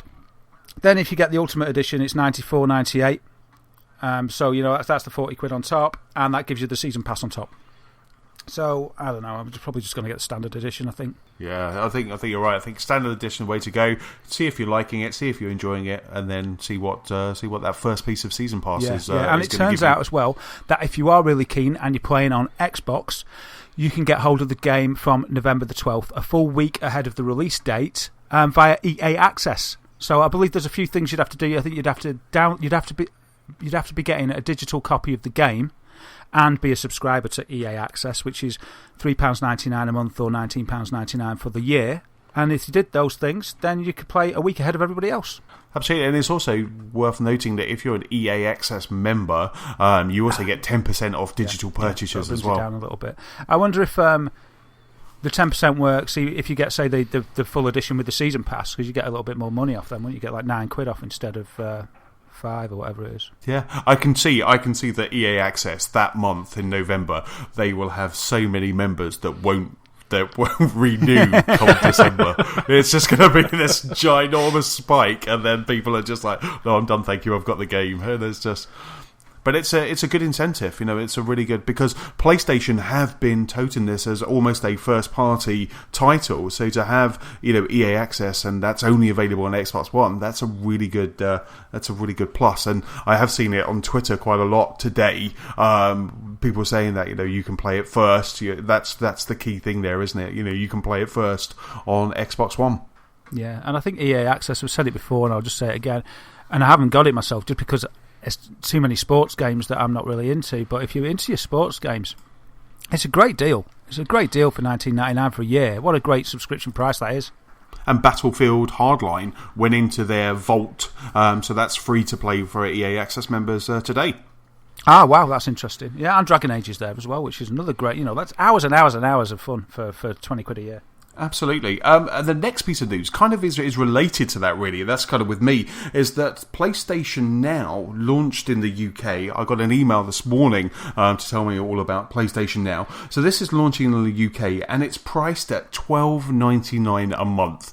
So this is a kind of Netflix model where you pay that $12.99 a month, and then it's as all you can eat. I think they've got about 100 games, 100 PS3 games that are available to download, start playing, streaming. But it's $12.99. I was shocked. I don't know about what you guys think. Where you got EA Access, that obviously doesn't have 100 games, but it has games there, and it's $3.99. Then to see that we had the PlayStation Now launching at such a hefty price. I think the price itself put me off, because I think I can't remember how Netflix is like £9 a month. I think I've got Amazon streaming for about £8 a month as well. And I just compared it to those initially in terms of they are subscriptions I pay a monthly fees for entertainment. Admittedly, it's more interactive entertainment, but I just can't see myself going back to the previous generation for £13 a month. And I'm probably slightly more this flittering butterfly that goes towards like the new releases and forget things that were out a month or so ago.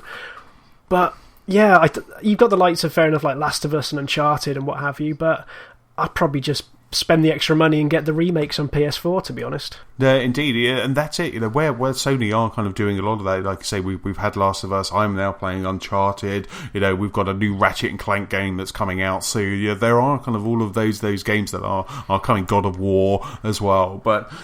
Yeah, I was when I saw that, I was just shocked about how much it was. I really thought it was going to be about half that, about kind of 50% off, and it was going to be about kind of £6 to £7. And even then, I was kind of sitting on the fence. But I guess they've got that big hefty Gaikai bill to pay, which is why it's $12.99. So and they haven't even got Ni no Kuni. There was a few games I was like, if they have Ni no Kuni, I'm going to jump in for a couple of months and play it. But I might as well just go and.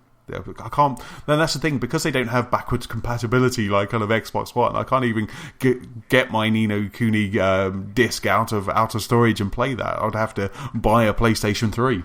See, I love it in principle. Yeah, I think it's. Sorry, go on, James. No, go on, Dan. Oh, well, I was just going to say. I lost track. What I was going to. You speak, James. I'll have to gather my thoughts. That's all right, mate. The great thing is, I love this in principle. I love the fact they actually went out and got Gaikai targeted it for this, because it's a great use of the old games, and I think it really goes towards the fact that in this day and age, we shouldn't just let the previous generation's worth of games disappear just because it's on a different hardware. And so the fact they've been able to put this together, I think, is superb. And I guess it's the kind of thing that maybe I'd like to go off and maybe try dabble here and there. And so I might be more tempted by you can rent them for like $2.99 for a week, can't you, or something like that? I can't remember what the time period is for, but that might scratch the itch. Yeah. Spending £3 every now and again to go back and get a retro classic for a weekend, that's probably more the avenue I'll be taking. Yes, yeah. I mean, there is kind of like Sonic CD, Sonic Generations. There are some really good games that you, like you say, you could just jump into and rent. I mean, I played PlayStation Now. I did the beta. They had a beta I think it was about 6 months ago, and I just jumped in. They had Batman, they had Arkham Arkham City, I think they had, and I just kind of clicked it, and it just checked my network connectivity, checked my internet speed, went, yeah, we can start streaming this now. Do you want to play it? And so we just jumped in, and I was just streaming the game, and there was minimal, if almost no lag at all. It was crisp, it looked fantastic, and it was like I say, it's a really good technology. It's a shame they've just kind of priced it so high. I wonder how long it's going to take before it comes down for PS Plus members and for it becomes a little bit more affordable for PS Plus members. Yeah, because it'd be a really good sort of competitor to the backwards compatibility option that you've got on Xbox One. They could pull it out of the bag and it could be a real contender to compete against that. Because, for instance, we all have bought some games on PS3. So for me, for instance, I sort of think, why can't they take account of the fact that I've got games in my account and I could stream them for free? Like my God of War collection that I bought, or my Ico and Shadow of the Colossus collection. And things like that, if they're in the catalogue, I think maybe if you've already bought them, you should be exempt from paying and be able to play them as like a backwards compatible thing if you bought them digitally. I'm not saying physically, because you've got it there on your account. And yeah, it's just overpriced. I think they needed to price it, and I think you both alluded to this absolutely, is that it needed to be priced at a price point where you didn't mind just paying that. You had a few beers on a Friday night, you get a bit nostalgic, you think, oh, I wouldn't mind a quick go on Shadow of the Colossus, for instance, because I love the music or whatever. And £6, it's like, yeah, I'll do that because I'll also have it for the whole month and I could play a few other things at the same time. But I wouldn't dip in. I wouldn't revisit a nostalgic game for $12.99 because it just feels a little bit prohibitive. No, I totally get what you mean. I mean, like you say, there are titles when you kind of look over the titles that they've got. There are titles you look and you just think, oh, I wouldn't mind playing that. I wouldn't mind, but maybe it's worth it. But it's just, I agree with James. I'm more kind of about the newest game, that game that comes out, and so I've got enough games that I'm playing at the moment without kind of jumping into this. But if it was a minimal fee that would just disappear, like your Netflix, like your Amazon Prime, you don't really think about those, but you just pay those every month, and it's just there and it's just available. But unfortunately, it's just a little bit too high. It doesn't sit with me at the moment. Yeah, increase the price of PlayStation Plus and absorb this into it. But don't increase it at $12.99 a month, though. Don't add that on. But just increase. If it was like PS Plus was like, I don't know, raise it to, £60 or something, but include this and have options so you can have the standard one or one with this included. I'd do that. That'd be all right. But at the moment, Sony are running high on the, if you think about the kind of Xbox, PlayStation battle that's going on. I say that in quotes, but they're running high at the moment. They don't need to do anything. Where if the tables were turned, we may see a different story. Yeah, maybe we'll have to wait for the next generation to see that, as the trend does seem to be the leading horse swaps each generation since sort of Xbox came into it. So we'll see, and time will tell. Absolutely. So James, next piece of news is with you. Yeah, the one that I've picked out is about indie funding. So earlier in the year, in March, the government announced in the budget that they would be creating a fund for startup game developers. Pretty much the basics are they've got £4 million in the pot, and over the next 4 years they'll be dishing it out in £25,000 lumps to small and new studios to try and get their concepts, their ideas into working prototypes. The aim being that they can either try and see if it works and get it self-published, or even try and tempt in larger publishers to try and take up the slack, get them funded and get the studio up and running. So this has actually really caught my attention ever since it got announced, because I love the fact that now, over the last few years, we've been able to there's been an increase in the tax breaks for games companies set up in this country, and now we've got this. Mm-hmm. So we're helping the larger ones, and now we're helping the smaller studios get off the ground. And doing a bit of digging, because I didn't quite realise this, but there's been a similar fund in operation for the previous 5 years, so this is almost like a re-injection of funds, and that helped over 70 companies make games and prototypes over the last 5 years. I couldn't dig out a list, actually, unfortunately, to find out what they were, to find out their hit rate, but the fact there's just something out there that is willing to give people who haven't been, come out from a more successful studio and have got a pot of cash sitting there. This is here to try and help students or just breakaway coders just try and get something up and running. I think it's a fantastic one. So I hope the news gets out there that small indie devs can apply for this. That's fantastic. And how do they apply? Is there a like I say, it's a governing body, so is there a way that you can just say, this is my game, this is my idea, and then you apply for that grant? Or well, the website at the moment is the funds only got, I think, released this week, and so the agency being set up to distribute these costs is currently taking shape, but they're accepting people's interest, so they will get back to developers as more information comes online. But it sounds like they're trying to put in place as well a system by which they deem people applicable to this. So they say that they will happily offer avenues for students and graduates especially. They use the interesting phrase that among the avenues they will open up challenges and competitions to graduates and students. So I'm almost expecting some sort of indie game, I don't know whether it's a Game Jam X Factor style hybrid to try and test these new graduates who want to try and do something. But equally they say they want to try and make sure that it's not just ideas. They won't try and make people's ideas come true. These people have to have a project plan, they have to have a potential team put together and a direction. So it's not just a wing and a prayer. These almost need to be little startups, and this is a business plan that you're submitting forward to get some funding. Wow, if it's a game type thing, we could call it Game of Loans.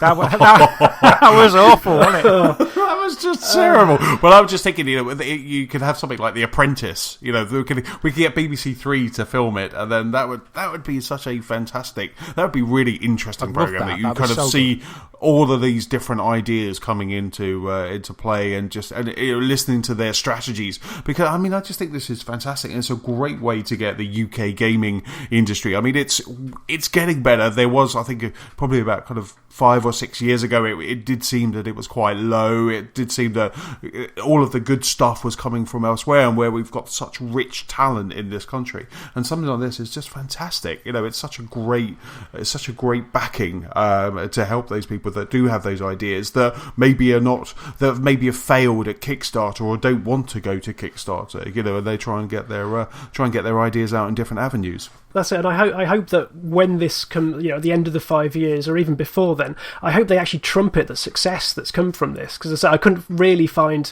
from the list of 70 companies that got the previous funding, I couldn't find an easy access to the list of what they were. So I'm hoping that if there are successes, or even just interesting lessons that other mini studios can learn from, that this is publicised far more widely so people can learn from it.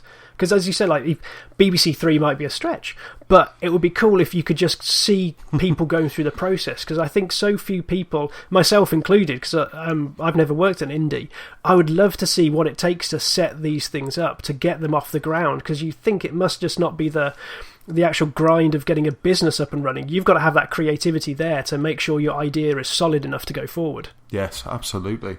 That's just such a fantastic... Like you say, it would be interesting if that governing body, I guess, is still, as you say, they're still forming, they're still trying to get their strategies together, but that would just be fantastic if there was... where you could follow an idea through, so you see its inception, and then you just see that, look, this game is now on the PlayStation Store, or it's an idea, an Xbox game or something like that. That would just be fantastic. Yeah, it'd be so nice to...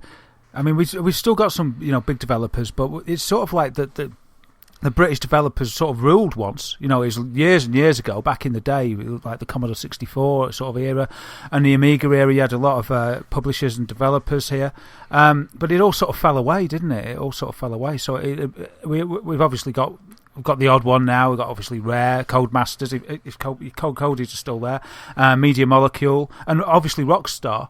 And if you get a game that's massive, because of the market's global, it's great for the economy. It's just win-win, isn't it? They invest, they put the money in there, and then they take their chance, and you're going to get, hopefully you get these creatives that come together and they make something that's a blockbuster game. It goes global, and the economy wins, and then people get inspired, and so the cycle goes on. So, it's a great thing.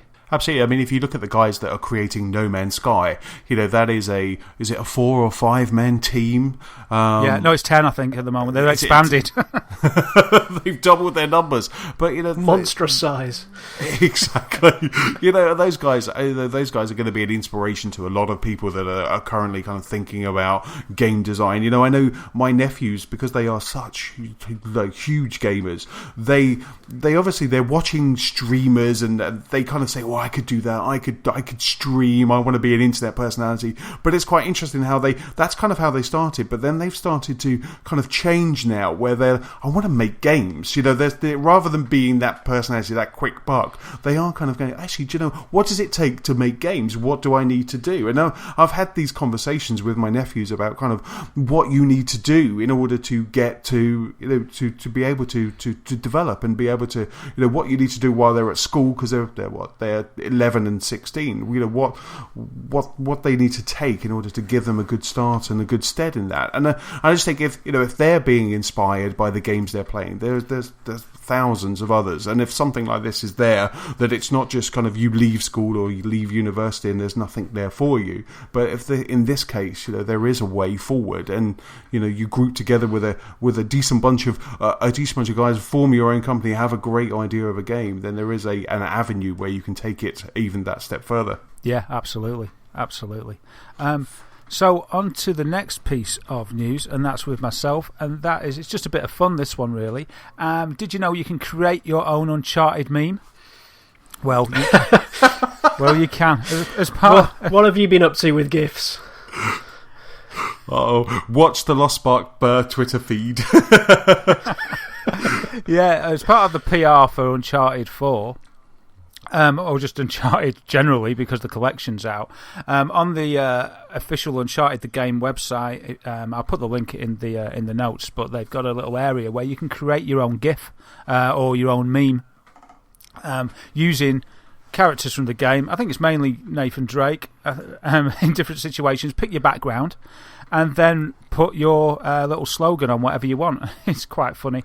So I put one together. I used Nathan Drake on the sort of iconic scene where the planes crashed in the desert, and he's walking away, and I think it was called Dust in the Eyes, and he's sort of got his hand in front of his eyes, he's strolling away from the burning wreckage, and I wrote, I wish I'd taken out that insurance DLC. So that was my first effort of a meme. But yeah, I'll put the link in the notes. It's unchartedthegame.com/EN-US/Uncharted moments, so a bit of a mouthful. I'll add it into the notes, but yeah, you can go on there and you can make your own meme, which is quite funny. They've got some of the ones that they think are the best ones on the front page, but you just click on create your own GIF now, and you can make it whatever your mood you're in. Make a GIF and then save it or share it. Fantastic. I'm going to be watching your Twitter feed for all of these, just to be popping up kind of during the day tomorrow. So that's just awesome. The next piece of news is with me, and that's just a quickie, and it's all about Tales from the Borderlands. Now, Tales from the Borderlands, which is possibly my favourite Telltale series so far, even better than Walking Dead and The Wolf Among Us, which were my previous two favourites. But Tales from the Borderlands has just been funny, it's been fresh, it's just been a fantastic twist on the Borderlands franchise, and the season finale is going to be releasing next week. If you're listening to this as we're recording on the 14th of October, but it's going to be next week, so it's releasing on October the 20th on PC, Mac, PS4 and PS3, and then October 21st on Xbox One and Xbox 360, 22nd if you're playing it on iOS or Android. So this is that final episode, and it's been building. It's the last episode was hilarious. Can't wait to play this, and I hope they make some more. We get a second season of this game. And just as a side note, it's worthwhile noting that the first episode on all of those platforms that I've just mentioned is free.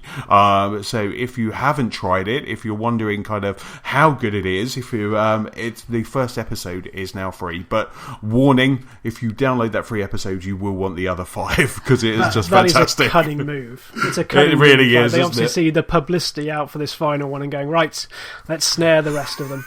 But I never actually got drawn into the Borderlands series to such an extent to like the characters? I mean, Handsome Jack was quite funny at the start of Borderlands 2, but have you found they've fleshed out the world enough to create the whole storyline? Are these characters that could actually appear in the Borderlands games? They really could. I mean, all of these characters are, apart from Handsome Jack is in it, there is Claptrap as well, but they've added some extra characters, and there are a few characters in there that you really want to see in the next game, because they have a robot who out Claptraps Claptrap. He is just you just want to play as that robot. You want to be able to kind of interact with that in the game, and it's just fantastic. The lead characters and the characters they've got, there's kind of a band of 4. They could easily just be ported to a Borderlands game, and it would be a ton of fun. Cool. I really have. I mean, I'm playing Game of Thrones. I've just downloaded. I'm a bit of a Telltale fan anyway, but I've just downloaded Minecraft. But it's quite funny because when you're playing Tales from the Borderlands, in contrast to the Game of Thrones is all very serious and it's all very bloody. And then you play Borderlands and you are actually belly laughing throughout it. It's not just a little chuckle. There are some genuinely funny bits, and it's well acted, and it's a fantastic game. Forget the subscription for PlayStation Now or Netflix. It sounds like you need a subscription for Telltale. It's just absolutely games sign me up. Yeah, that's the platform that you need. It's just the Telltale platform. Oh my god, that's genius. That is pretty genius. It'd be worth a subscription. I mean, they are coming out. There's going to be another Walking Dead. We've got a Michonne thing that's coming out later this year. They've got a Marvel franchise that they're working on. Absolutely, sign me up. If I get one a month, because the only bad thing about Telltale is you never know when their next episode is coming out. So they're not regimented in it. It's not like once a month. You don't like on the 20th of every month you get a new episode. It is kind of when they're ready. So which is a good thing and a bad thing, I guess. Yeah. You sort of wake up one morning and you're like, yay!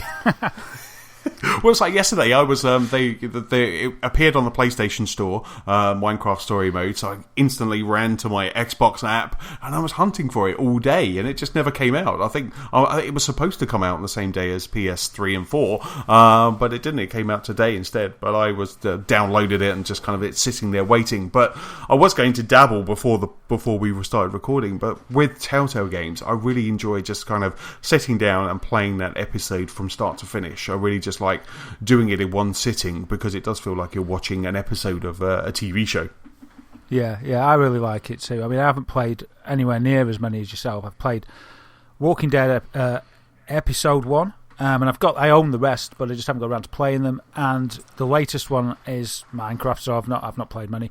But yeah, I was enjoying Minecraft, but I just didn't have the time. I should have made more time, to enjoy it. So I'm probably going to start it again and just play it all through in one, after your recommendation, because I think that's the way to do it, isn't it? With these, they're quite short. I think they're usually about 90 minutes, 2 hours or something. Yeah, you probably get it's normally 90 minutes. Cool.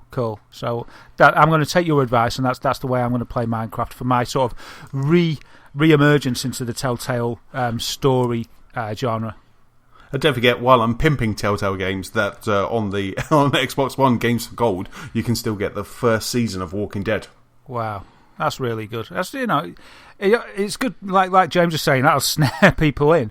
But what a great way to do it. That was their first. I think that was their first game, wasn't it? Walking Dead, and I really enjoyed the first episode. And I don't know what it was that distracted me away, but because there's just been game after game after game for so long now, I never got around to it. I think what it was that I had it on my 360, and then my 360 got sort of put away because the new generation came out before I'd got back to playing it, if you know what I mean.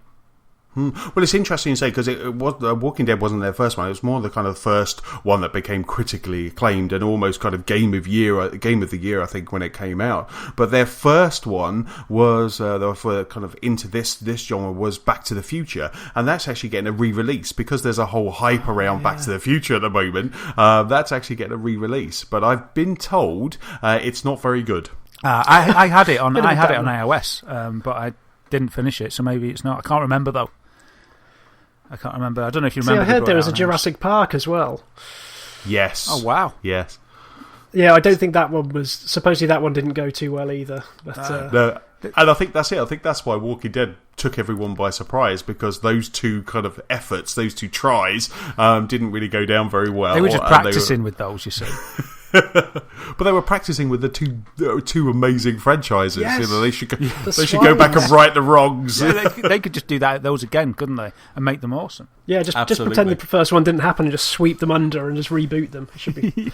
Yeah, they don't. You try and speak to them about it, they just look the other way. They're like, no, what are you talking about? Superb. And the next piece of news is with you, James. Yes, yeah. Crossing over the pond, the voice actors in America have voted to go on strike. So the union, again, are we going ATAT or ATST? Because we've got the SAG-AFTRA.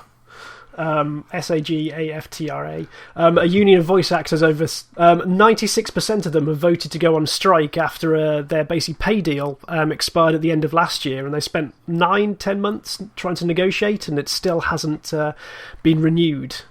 This union includes the likes of Jennifer Hale from Mass Effect, Will Wheaton from Broken Age, Ashley Birch from Life is Strange, and David Hayter, also of Metal Gear Solid. That's it. Yes. And the main things they want is basically more recognition in the product itself. I think more akin to the likes of film actors or TV actors, with the likes of residuals for games selling over 2 million, stunt coordinators for risky motion capture sessions, and even stunt pay for vocally stressful recording sessions. Now, I bring this up I love because, that last one. That's awesome. the stressful recording sessions. Yeah. Yes. Just imagine a woman just shrieking into the microphone for an hour. It's just like, danger pay, danger pay. But yeah, the reason I bring this up, because there's no details about the strike as of yet. I think they're still hoping to negotiate a settlement for it. But it puts me in mind of the writer's strike that happened in America a good number of years ago that basically curtailed a load of TV series. I remember the second... It wasn't that great, but the second series of Heroes was cut down to like 6 episodes, and a whole load of them got cut in half because they couldn't legally really employ anyone to write for them because everyone was members of the union. So I'm just wondering what's going to happen if this goes the same way and we find out that there's going to be a strike for a couple of months in the voice actors union. It's a really interesting one, isn't it? Because I mean, because they have voted, and there's 96%. That means they can strike, doesn't it? They have voted. Yes. That they can, so they're not on strike, but they can strike if they don't get kind of what they want. And it is interesting because they have put some pay brackets. I think there's, like I say, there's 2 million, 4 million, 6 and 8, and they want if your game makes 8 million, then they want to cut. And it's hard. What do you think about this, James? Because I feel it's kind of justified, but at the same time, there are other people that go into making a game. I don't think I've ever bought a game because David Hayter's the voice, or Nolan North is the voice, or Troy Baker. And I always kind of feel bad that, the voice actor, they come in, they apply their trade, and it's fantastic. But then you've also got all of the developers that are applying their trades, and the developers are not paid residuals. I mean, most of them are not paid residuals if you go to 8 million, But it's an interesting one. What's your take on that, James? It's a weird one, I guess, because we're almost getting to the point where I think certain names can help sell games, because I think Andy Serkis has been involved, and especially his company have been involved in quite a few games. I forget the name of the developer, but there's PlayStation launch games, Heavenly Sword and games like that. He's really put his talent into that and has been advising a lot of other actors and voice actors to help things along. So I think to a certain degree they're perfectly entitled to the recognition, but I do find their question on residuals is a weird one, because they're talking about not profit but games selling over 2 million, and that's where the residuals kick in. But if we all look back to like games even over the last couple of years, was it Square Enix complained that Tomb Raider, despite selling 3.5 million, was a financial failure?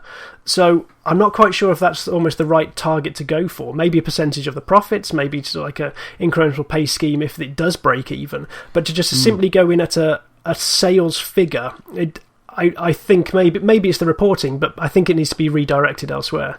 Yeah. I think you're right there. It's more like it would have to be a ratio after profit that's been hit, wouldn't it? Because otherwise it could just be unfair on the publisher or stroke developer that put the game out there.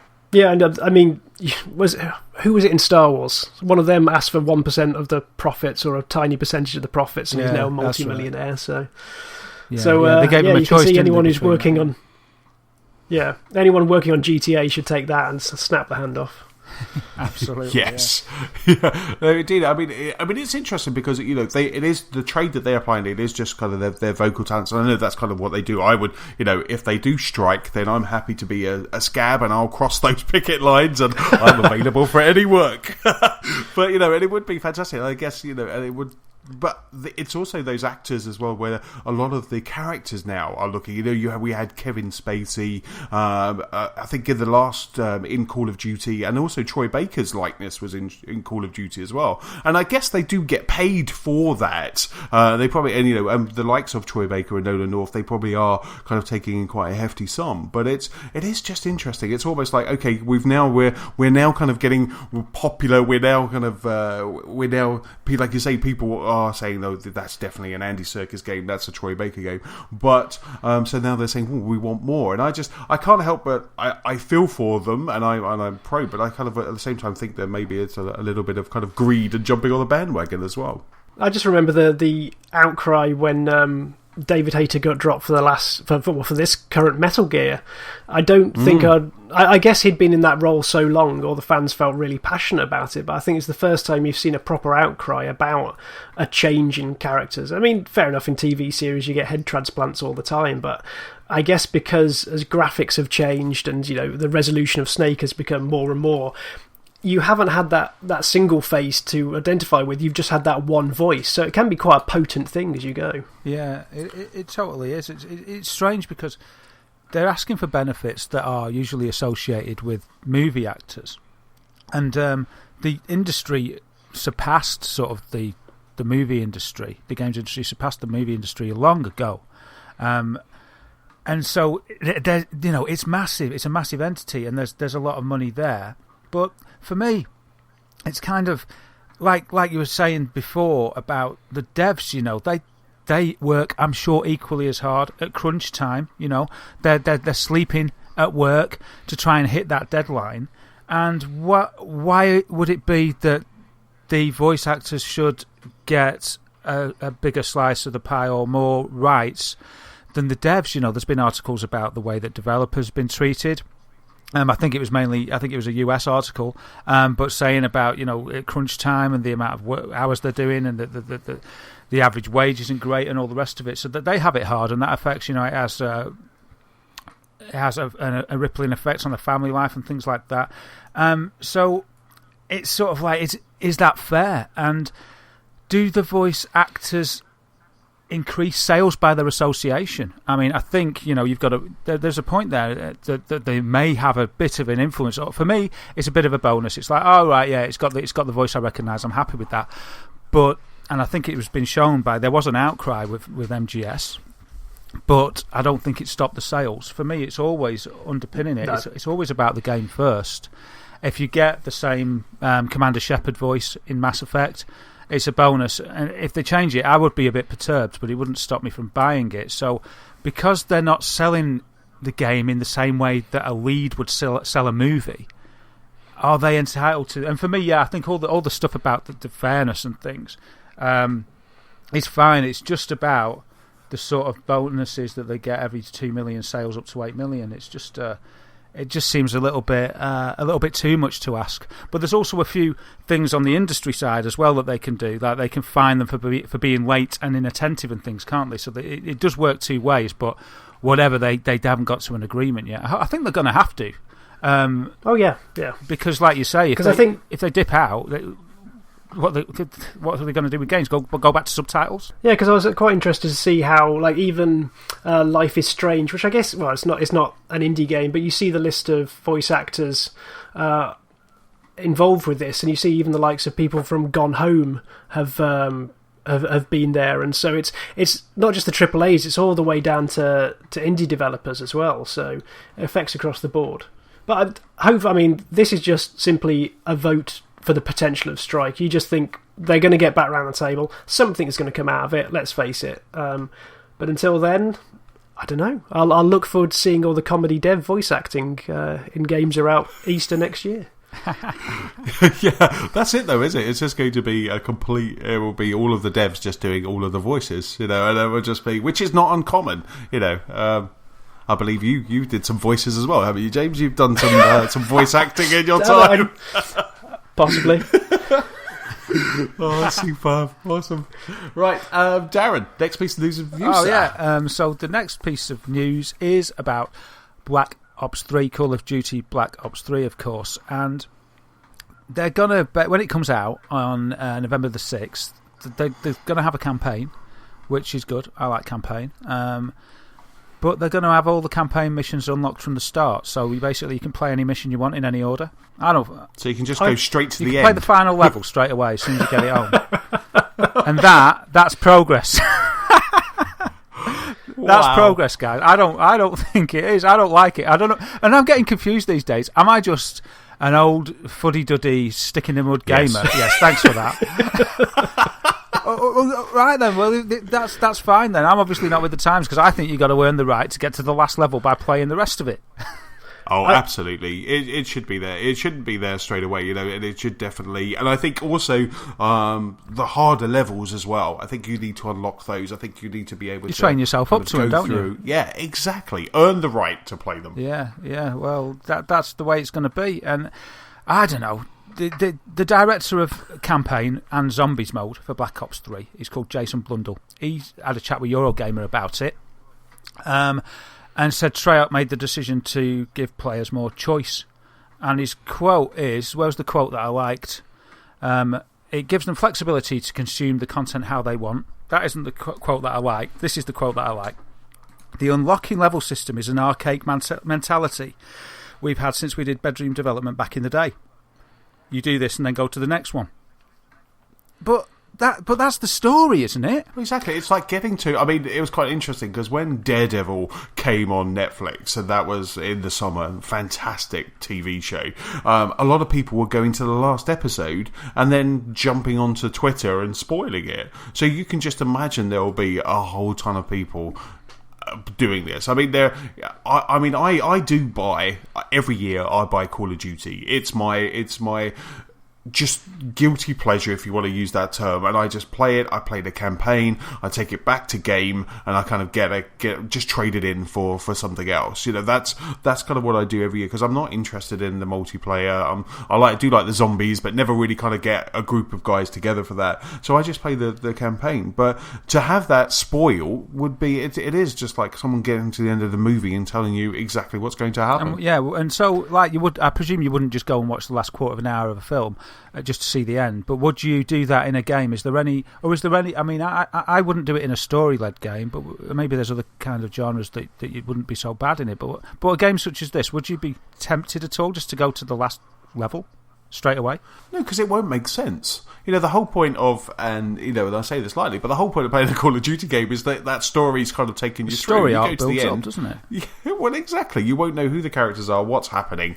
It would just kind of, it's it's there for people to play. Obviously, they have the thing where you can jump in, you can do challenge modes on levels, so that's what it's there for. And I do think maybe it's just an extra kind of 5 minutes on the news. It's got 5 minutes from us. Well, it's an archaic mentality, mate. There you go. I mean, I thought, and also, I mean, one of the things that I know the kind of Black Ops have been doing a bit of a press tour this week. And one of the things they've also added is a realistic mode, which is kind of, it's their hardest mode, and it is a one-shot kill. In the campaign. Now, you can do, I think for the first time since World at War, you can do co-op campaign with the Black Ops 3. You can do kind of co-op, and you can do up to 4, but it is a one-shot kill on this realistic mode, and I just think that is just ridiculously hard. Wow. I've played Halo on the hardest level, played Gears of War on the hardest level, but to have a one-shot kill, you're going to play Call of Duty a lot different if you ramp it up to realistic. Yeah, it'd make it really realistic, because I remember when I first played Call of Duty 2, when I got my original Xbox 360. I'm pretty sure it was 360 that came out, and Call of Duty came out sort of with it. And my mate had said, or I think it might have been all the reviews that said, stick it on hard and it'll give you more of an idea of what it was like, to be there, because you get killed quicker. And so I did that, and it did make me play it different. You couldn't just stand out there and be shooting them while they're shooting you. And it was an awesome experience. I've said it before that it made me really sort of think about how awful it would have been, fighting that war. And then with the Normandy landings and what have you. So I like that idea. I think that's brilliant. But crikey, that's just... I mean, I presume picking realistic mode, is that as hard as like the hard mode as well? Or well, absolutely. I mean, that's hard mode plus. So it's as hard as hard mode, but also if you get shot once, you're dead. Yes, because I think the hard mode, I think you get like maybe 2 or 3 shots and you're out. And it's do they go down in one shot as well? Probably not. They're probably bullet sponges. That's not realistic. So it's an interesting addition to it. But like I say, you are going to be playing it super stealthy, aren't you? Oh yeah. I mean, it sounds impossible. I mean, I played a few Call of Duties. I completed the Mile High Club thing on like whatever was the highest difficulty on whatever it was Call of Duty back in the day. That one on the plane. That was the only game that's ever made me throw my joypad against the wall. It's not years of gaming, man, and that was the one that drove me over the edge. It's never happened before or since. But crikey, man, not getting hit once. It'd be amazing to. Yeah. That would be something that I'd love to watch someone stream. Someone that was good at that. That's why they put that in. That is definitely one of those where you're going to get people watching just on YouTube going, I can't believe you did that, or just seeing people trying to do it live and the frustration building. This is going to be the Dark Souls of Call of Duty. It is. It absolutely is. And when you're watching, this guy's going to be like Neo from The Matrix playing it, and you're just going to be, I don't know how he does that. Yes. Either that or cowering behind a wall for 45 minutes, but... just popping his head up every now and then. Sounds gripping. Nope. And that's just level 1.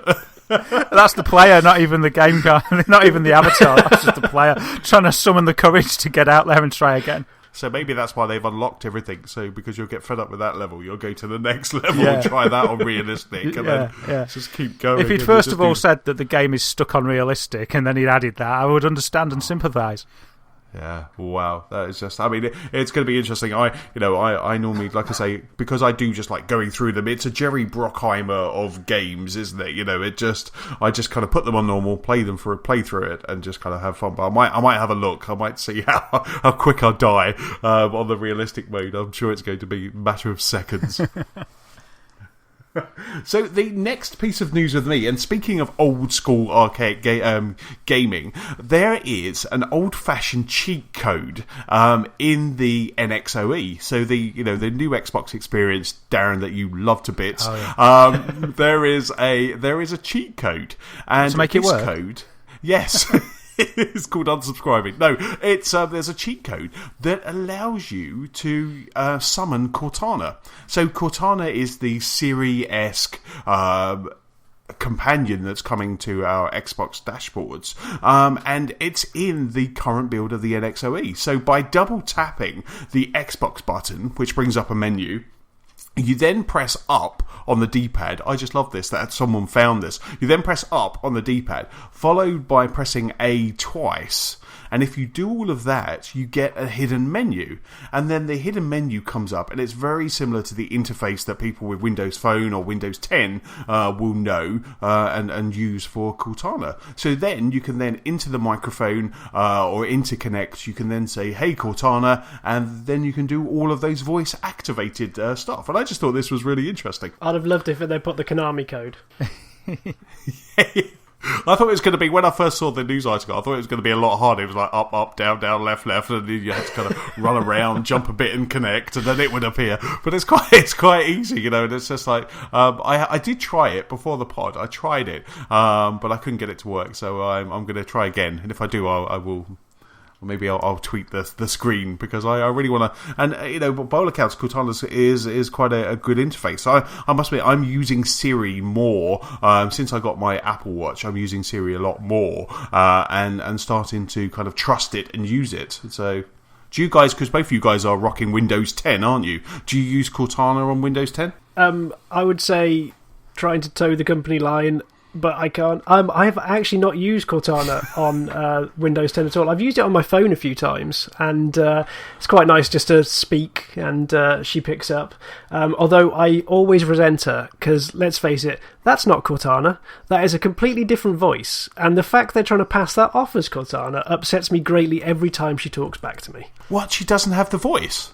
It's not the real voice. No, no. No, it's some sort of. They've called it her, but it's not her. I think I would have loved it if the voice acting union would have come to Windows and just given us the proper Cortana voice. Her name escapes me, but I just think would it be so hard just to get her inflections, get her on the phone? If you're going to call it Cortana, as a die-hard Halo fan, I'm not going to accept it. I'm not going to accept it at all.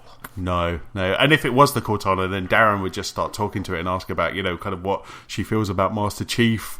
Because I don't know if you've listened to previous pods, James, you'll know that Darren has this thing with Master Chief and Cortana.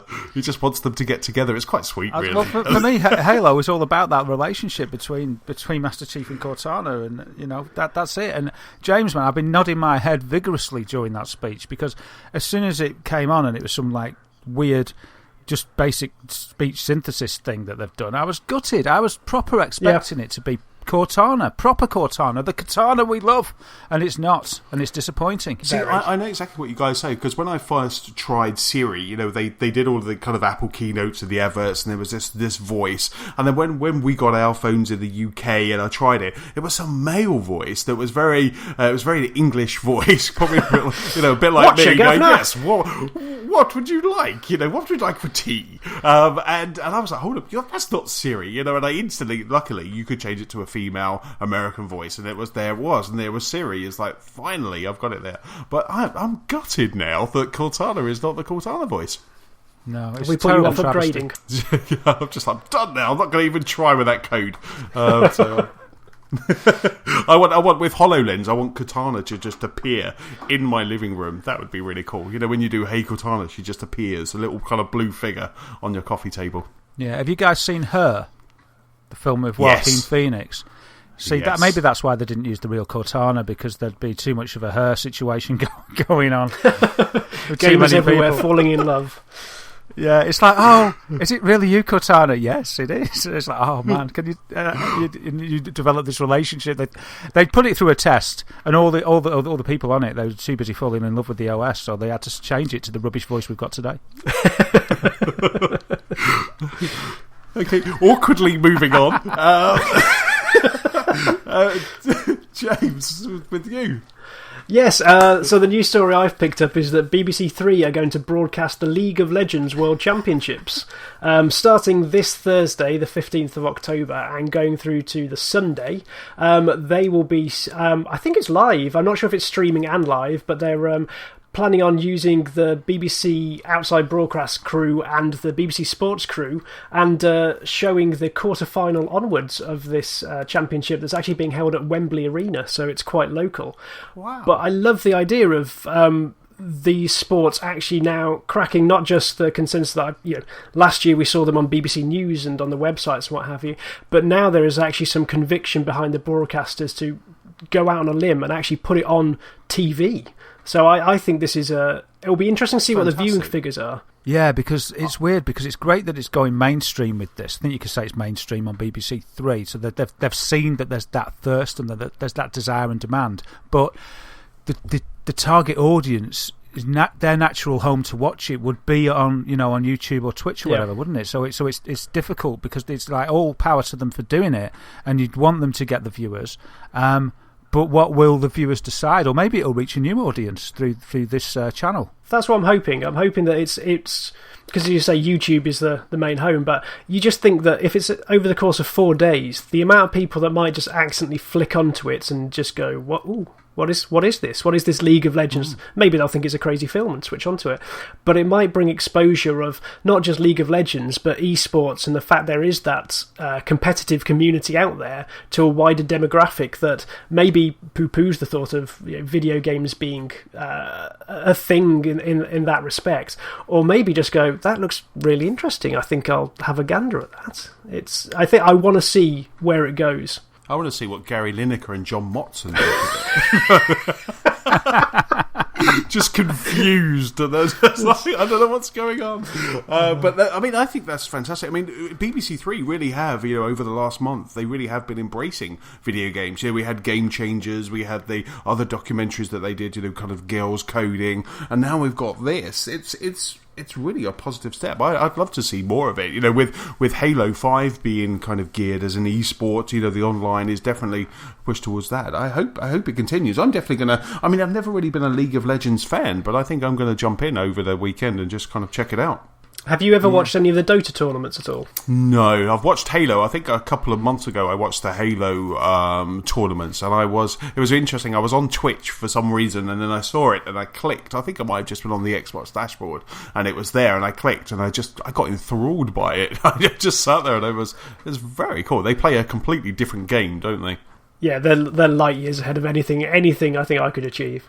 But I watched some of the Dota championships that were on, I think it was last year, and they were surprisingly compelling because obviously having a look at the news websites for video games and stuff, you see that it's happening and you see that it's going on and there's stories going. And just one evening, it was a quiet one, I thought I'd just click onto YouTube and watch a bit of the streaming of Dota, and it's surprising how much it draws you in because it's just one map and because it's just two teams against each other. The general concept is quite simple, and so you just start watching these tiny little battles and not 100% sure what's going on, but you can feed off the crowd and feed off the commentators that you can see this ebb and forth. So if League is anything like Dota, I'm hoping that I could watch a couple and actually go, okay, I think I can follow this. Yes, absolutely. I mean, and if they're playing it on like iPlayer, with Xbox One, you could have the Snap app kind of going on the side and just kind of keeping one eye on that as well. Could you? It'd be really. I'm definitely going to jump in. I think I'll have a look at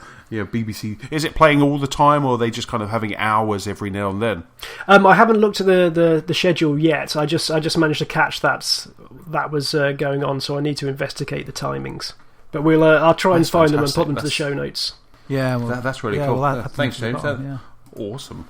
The next piece of news is with me, and this is about that Firewatch has been given a release date. So Firewatch is the Camp Santo game, which is a adventure, kind of almost a bit of a first-person walk 'em up. It's about a mysteriousness going on in the Wyoming wilderness, and this game, I mean, it looks fantastic. It's been designed by the previous Studio Ghibli artist and graphic designer Ollie Moss, and this game, I mean, just looking at the game is absolutely stunning, and it's been given a release date of February 2016.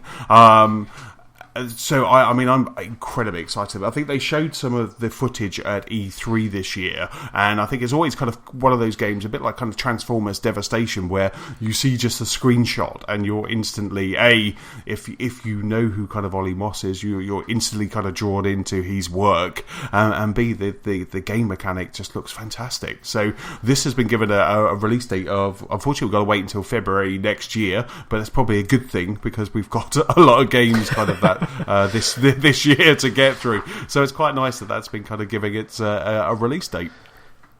Yeah, it's looking really a wee bit packed at that sort of time in the schedule as well. Yeah. Well, absolutely. I mean, February, we've got like November kind of is normally the typical kind of busy season, and then it kind of falters off and we wait till maybe March, April. But February, the release dates for February, we've got Mirror's Edge, a small game called Mirror's Edge. We've got Far Cry Primal. We've also got Deus Ex. The new Deus Ex is coming out as well, and Lego Marvels as well, Lego Marvel Heroes. So there's an absolute ton of games. That's what so November's been repeated. yeah. It is, but I guess the thing with Firewatch, which is an indie title, it won't be a long. It's not going to be a kind of a Mirror's Edge or a Deus Ex. It's going to be it'll probably be kind of 8 hours and then you're done. But I can't wait to play this game. Have you guys seen it? Have you seen the trailer for it? I was just waiting for James then. There was me being polite and waiting for Darren. Yeah. Battle of etiquette. Am I the only one? We'll have a British off. No one's going to talk. Tumbleweed goes past. The only thing Right. I've seen on Firewatch is the ongoing joke on Giant Bomb, which is, what is Firewatch? So I only know it as a running joke. So actually, seeing it's got a release date, I should probably go and see what it is, because I didn't think it was actually real for a while. Yeah, absolutely. I mean, it is. You're constantly talking to. You're the protagonist is almost like he's a park ranger. There's something going on in the wilderness of Wyoming. You've got constant communication going backwards and forwards, and it does just look kind of in the same vein as, kind of everyone's gone to the Rapture, where you're kind of walking around discovering things. But it's just the aesthetic that's drawn me in. I mean, I'm a big fan of Ollie Moss. I have these Star Wars prints. I've got a T-shirt with like the Star Wars prints and things like that, and he is just fantastic. And he's on Twitter and constantly gets confused with Ollie Murs, which is always hilarious. When you just see his tweets going, "No, I'm not Ollie Murs. I'm not on the X Factor." It's just constantly, this guy must just is hilarious. But his artwork is just absolutely stunning. Yeah, I saw this on E3, and I remember we discussed it, and it was one of those games that you just see, and there's a quality about it, and it was just one of those games. It was like, this looks classic. I really want this game, and that's what it sort of spoke to me. And I was just thought, yeah, I love this. It looks quite original in its stylization, and I like the story as much as they're shown, with things going wrong in the sort of national park, and the sort of alluding to a bit of mystery and maybe a murder and stuff. Yeah, I really liked it, and I'm surprised it's coming out in February, actually, because it's not long to wait. But yeah, it is packed. It's so difficult these days. I mean, it's a good kind of difficult, but Mirror's Edge for me is really a day one, and Deus Ex has always been a day one, and Firewatch I'd decided was a day one. But they'll tide me on to Uncharted in like March. Absolutely. But the interesting thing, I guess, the knock-on effect of this is, as we were talking about last week, is like, where is No Man's Sky going? Are they going to wait to the PSX, which is in late November? Are Sony going to say No Man's Sky's out now, or are they waiting? Because they've now got February has got this and other games. March has got Uncharted. Where does No Man's Sky go? And does it come out with PlayStation VR? It's an interesting one, because whenever you see a new title, a great title like this, kind of getting its release date, all I think about is, where's No Man's Sky? What are you waiting for? It's very interesting. Yeah, I think the slow pace that game has been given, the way that it's certainly got a sort of sedate pace when you're roaming around the planets. It makes me think that it's been designed to come out with PSVR, and we've discussed it before. I really think that it would just make so much sense to do that, and they want to sell these PlayStation VR systems when they come out. They're not going to be cheap. They're going to want a AAA, like a flagship title. They're going to want a system seller, and yeah. I can't think for the world of me a better fit than this. And with the amount of hype, he's been on all these chat shows. I saw him on the something Colbert show. Stephen Colbert. Is it Colbert? Oh, yeah. Okay. Did you see the clip then? I did. I watched it, and he just went to loads of different planets and started naming them kind of Colbert planet and different. It was funny, but the guy, I don't really know him. I haven't really seen many of his shows or anything, but he was genuinely interested, and the audience seemed genuinely sort of impressed and even aghast at the magnitude of the universe that he was creating.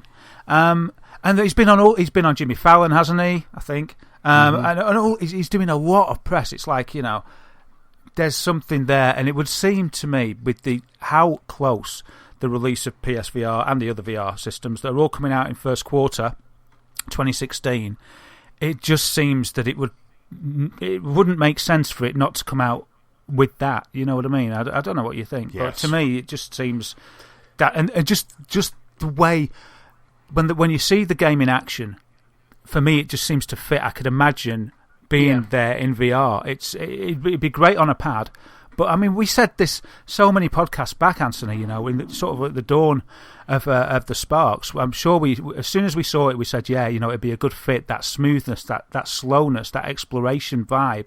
It really, it's a different kind of experience. It's not like a Call of Duty thing, and that sort of exploration, and not so much the sedateness of it, but just the ease and that kind of mechanic. It just seems to me to go hand in hand with a VR.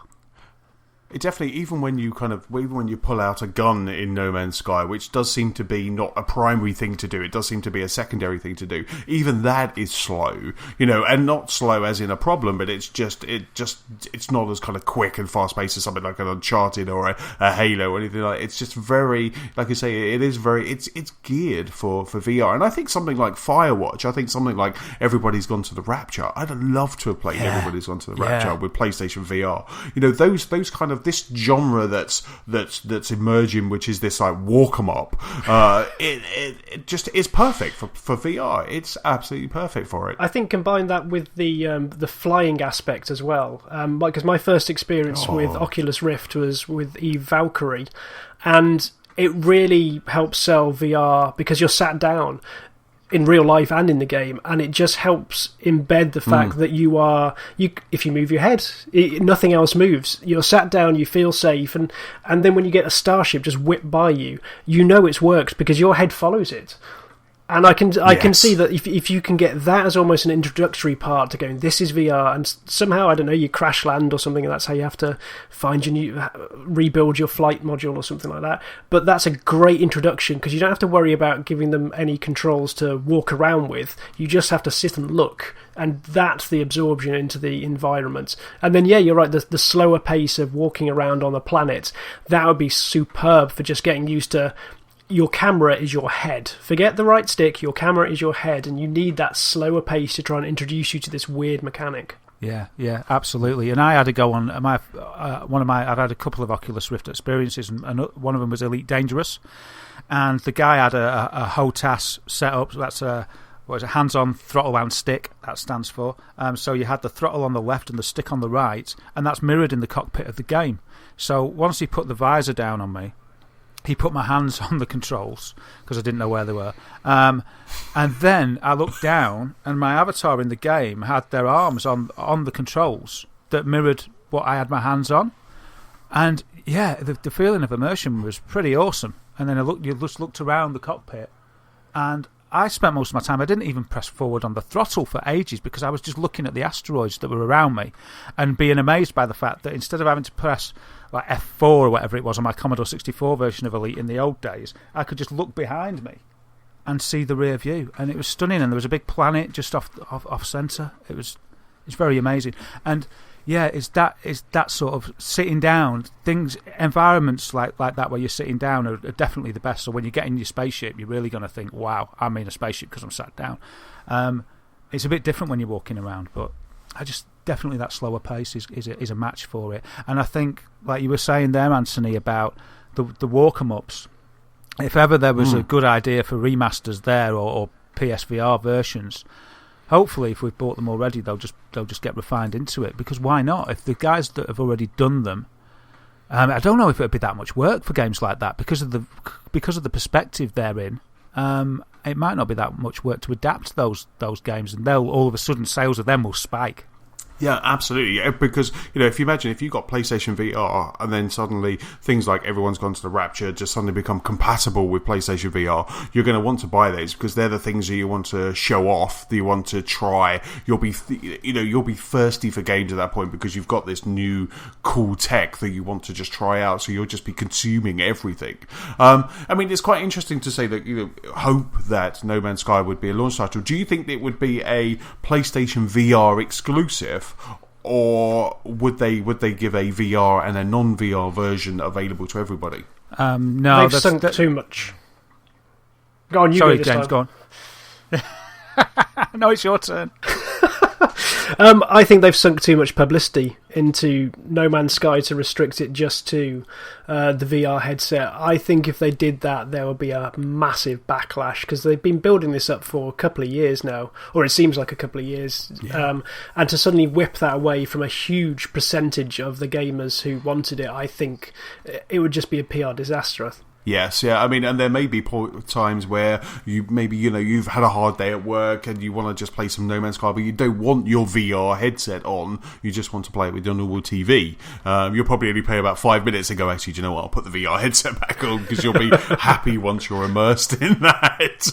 but absolutely. I'm hoping they would not say, or even kind of make it exclusive for a while, just to get those numbers. But it'll be interesting. I'm really looking forward to the PlayStation experience.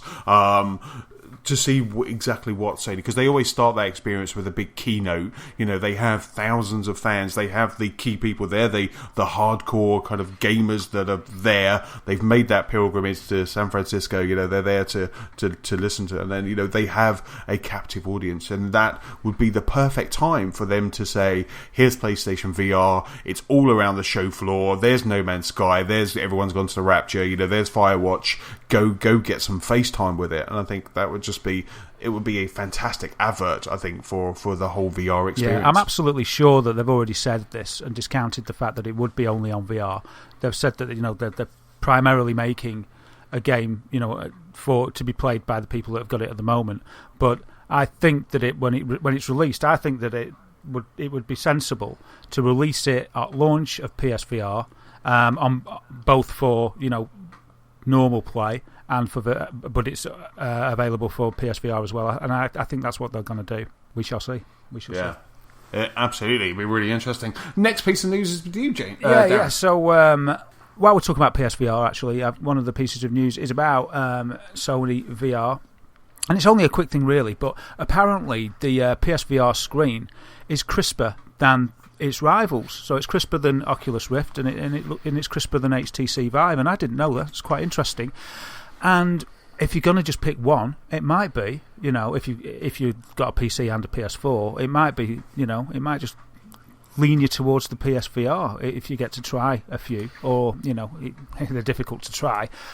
But if it's crisper, it just might make you lean this way. So it was discussed at Immersed 2015, which was in Toronto last week, and there was an interview with Dr. Richard Marks, who's the director of Sony PlayStation Magic Lab.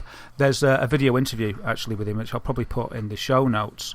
Now, he's worked at PlayStation since 1999, and he's worked with the iToy and the PlayStation Move. We won't hold those two things against I know. It's like as if they're accolades, as if they're accolades. But there you go. But he's waved his hands in the air a lot, so he must know a little bit about VR, and he's moved into PlayStation VR now. So he basically said that the PSVR OLED 1080p screen looks crisper to those who use it compared to Oculus or HTC, which those have both got a slightly higher resolution. And he said why, and he says not every 1080p screen is the same. The PSVR one has got 3 sub-pixels per pixel. This is a bit techie. The PSVR has got 3 sub-pixels per pixel, which means true RGB for every pixel. Some other displays don't actually have the full RGB for every pixel, so they have less sub-pixels per pixel. So if you understand that, you can email in and explain it to me. This is the first time I've ever heard of sub-pixels. I've never heard of sub-pixels before. I didn't know that every pixel was made of sub-pixels. They've made them up in the Tony studio. That's my studio. In the Sony toy studio, they've made up some we split the pixel and suddenly found these. Yes. That's what that Large Hadron Collider's been doing, isn't it? They've been firing pixels at each other to find out what happens. That's what we were doing. Do you know what? We were calculating this when we were all doing that PlayStation folding thing. The PlayStation folding That's what thing. It's been doing. Yeah, we weren't curing cancer. We were creating PlayStation VR. Busting open bloody pixels. We found a quark pixel. Oh wow! So and also the PlayStation VR, it runs at 120 frames as well per eye. They do that so it's a lot smoother, don't they, as well? So the moving around is a lot smoother kind of when you have VR, because if you're running at 60 frames, and we're getting really nerdy now, if you run at 60 frames, it can kind of judder when you're that close. Oh, I thought it was 120 total resolution with 60 per eye. No, I thought it was 120 per eye. I don't know. I didn't know it's got 120 per eye. I'm not sure, but you might be right. You might be right. I did think it was that, but I haven't got anything in front of me to check it out at the moment. Oh dear. Right, next piece of Let's move news. swiftly on. Move on. But yeah, I think I'm right. But anyway, yeah, moving on. Just trying to which way to work this out. Yeah, so Destiny. We talked last week a little bit in the podcast. I think you mentioned, Anthony, that they're going to introduce a new currency called silver. Yeah, yes. Which we're all looking forward to. And it'll enable you to purchase such fantastic things as emotes. And they've announced some of the emotes that you can buy and the price plan. So Bungie have revealed this information, and the pricing breakdown is as follows. So you get your silver in quantities of 500, 1,000 or 2,000. 500 silver is $4.99 or £3.99. 1,000 silver is $9.99 or £7.99. And 2,000 silver is $19.99 or £15.99. The 1,000 and 2,000 quantities give you a bonus of 1,300 respectively. And what can you spend this money on that you're paying for your silver? Well, you can buy dances at the moment, and so you can get an enthusiastic dance. That's like that's the top, man. That's 500. That's 500 silver. So to buy an emote of an enthusiastic dance, it will cost you £3.99. They should just call that Dad at a wedding. They should have. And yes, you can. And there's a Carlton dance as well. So you can do the Carlton from Fresh Prince. Oh, superb! I'm not going to buy any of these. I think you get some silver for free. You do. Don't I think you get when, 400 for free, just shy of buying the Carlton dance. Oh, yeah. Really? Okay, well, I definitely won't be buying any of them then, because I know there was a patch last night. We fired up. Destiny was it was a little bit sick last night because there was a patch that was very quick to kind of download, and then after that we were having trouble kind of joining sessions for a while, and we gave up and watched Parks and Rec instead. So it was, but it definitely had a bit of a sputter. But I understand this morning. I was looking at Twitter this morning, and overnight there had been a leaked page on the Destiny forums, which was an official post about some other things that you could buy with silver, and by the time that was kind of overnight whilst the UK was asleep, and by the time I kind of woke up, that link had been taken down by Bungie, but good old Reddit had already kind of copied the link and put it there, and they were selling a lot more. They were selling there's an engram that you can buy at the moment that will, if you're starting in Destiny, it will take you straight to level 25, and you'll be able to buy those. You'll also be able to buy extra XP for 10 minutes against a certain character. So, as we said last week, this kind of dance silver is definitely just an entrance to something that could potentially get ugly. And it is potentially pay to win. I was just going to say exactly that. A toe in the water to potentially just let the floodgates open with pay to win. Indeed. I think they're probably going to hold back from the pay to win, because I listened to you guys talk about the potential of guns last week, and I think that's where hopefully most devs will draw the line. If you want to do XP boosts, yeah, go for it. Some people are going to pay for that. It's basically like paying for cheat codes of old. But the moment you start paying for guns that break the balance of your game, then I think that's a slippery slope, because players will just start losing trust in everything that you do at that point. And I know we're quite cynical about some microtransactions already, but the moment you start putting something that is better just because someone else has paid more money for, say, bigger, better, badder bullets, then I'm not quite sure. I think you're going to lose a lot of the player base just out of disrespect there. Do you think that the developers could hang on to that integrity in light of pressure from publishers, or do you think that the publishers would recognise that as well? I think the publishers would recognise that, because although Activision like making the most of their franchises, but they also know when to back off when things have got a bit too much. I think the recent Guitar Hero Resurrection shows that they're relatively canny about it. I mean, it wasn't losing money before, but they knew it needed a break, and whilst they continually do it with Call of Duty year after year, they're yet to try and introduce extreme microtransactions in that, which I would think would be the first place that they would try it, given how rabid the fan base are. The fact they keep coming back year after year, and probably would be willing to spend more on a multiplayer set than, say, the Destiny crowd would be. Interesting. And that I that's a really good point, and I really hope that that's true. It gives some light at the end of my gloomy tunnel. Right, then the last piece of news that we've got today is just a quick one. You'll like this, James. It's about Rocket League. Were you aware that they're going to the best? They're going to be giving you a Back to the Future car pack, and it's going to have the DeLorean in it from Back to the Future 2. I cannot tell you how happy this makes me. This is the kind of like microtransaction DLC that I can really get behind, because I pretty much got the game. Well, I did get the game for free. You know, I'm happy to write off the subscription as a cost that always disappears, but PlayStation Network gave me that game for free, and I have bought every piece of DLC that has come out for that because I want to give some money back to the developers to say thank you. And just doing little things like this every now and again for a few pounds is almost like I feel it's a tip jar. So to be honest, it could have been any car. I'm hoping they do one of the Jeeps from Jurassic Park next, but I will happily give them money if they keep doing things like this. Brilliant. $1.99 it's going to be, US price, so it's probably going to be I'll take two. £1.49 here. Oh, that's lovely, that. And we were talking a little bit about that last week with games that have earned your... they've earned your respect, and you want to give them the money because they've done such a great job. And I think Rocket League's a great example that it was given out free, and people are sort of getting in on board with the love, and like you say, the tip jar's a really good analogy there. Yeah, absolutely. I'm just looking forward to that first weekend where everyone is playing as the DeLorean. Yeah, they totally will be. And it leaves a little rocket trail behind it as well, which is well. No way, I was just about to say it'd be really good if it leaves a rocket trail, and it does. That is the genius. That is fantastic. And that's about it for this episode. A big thank you for James for joining us. It has been a pleasure, thank you. Thank you, James.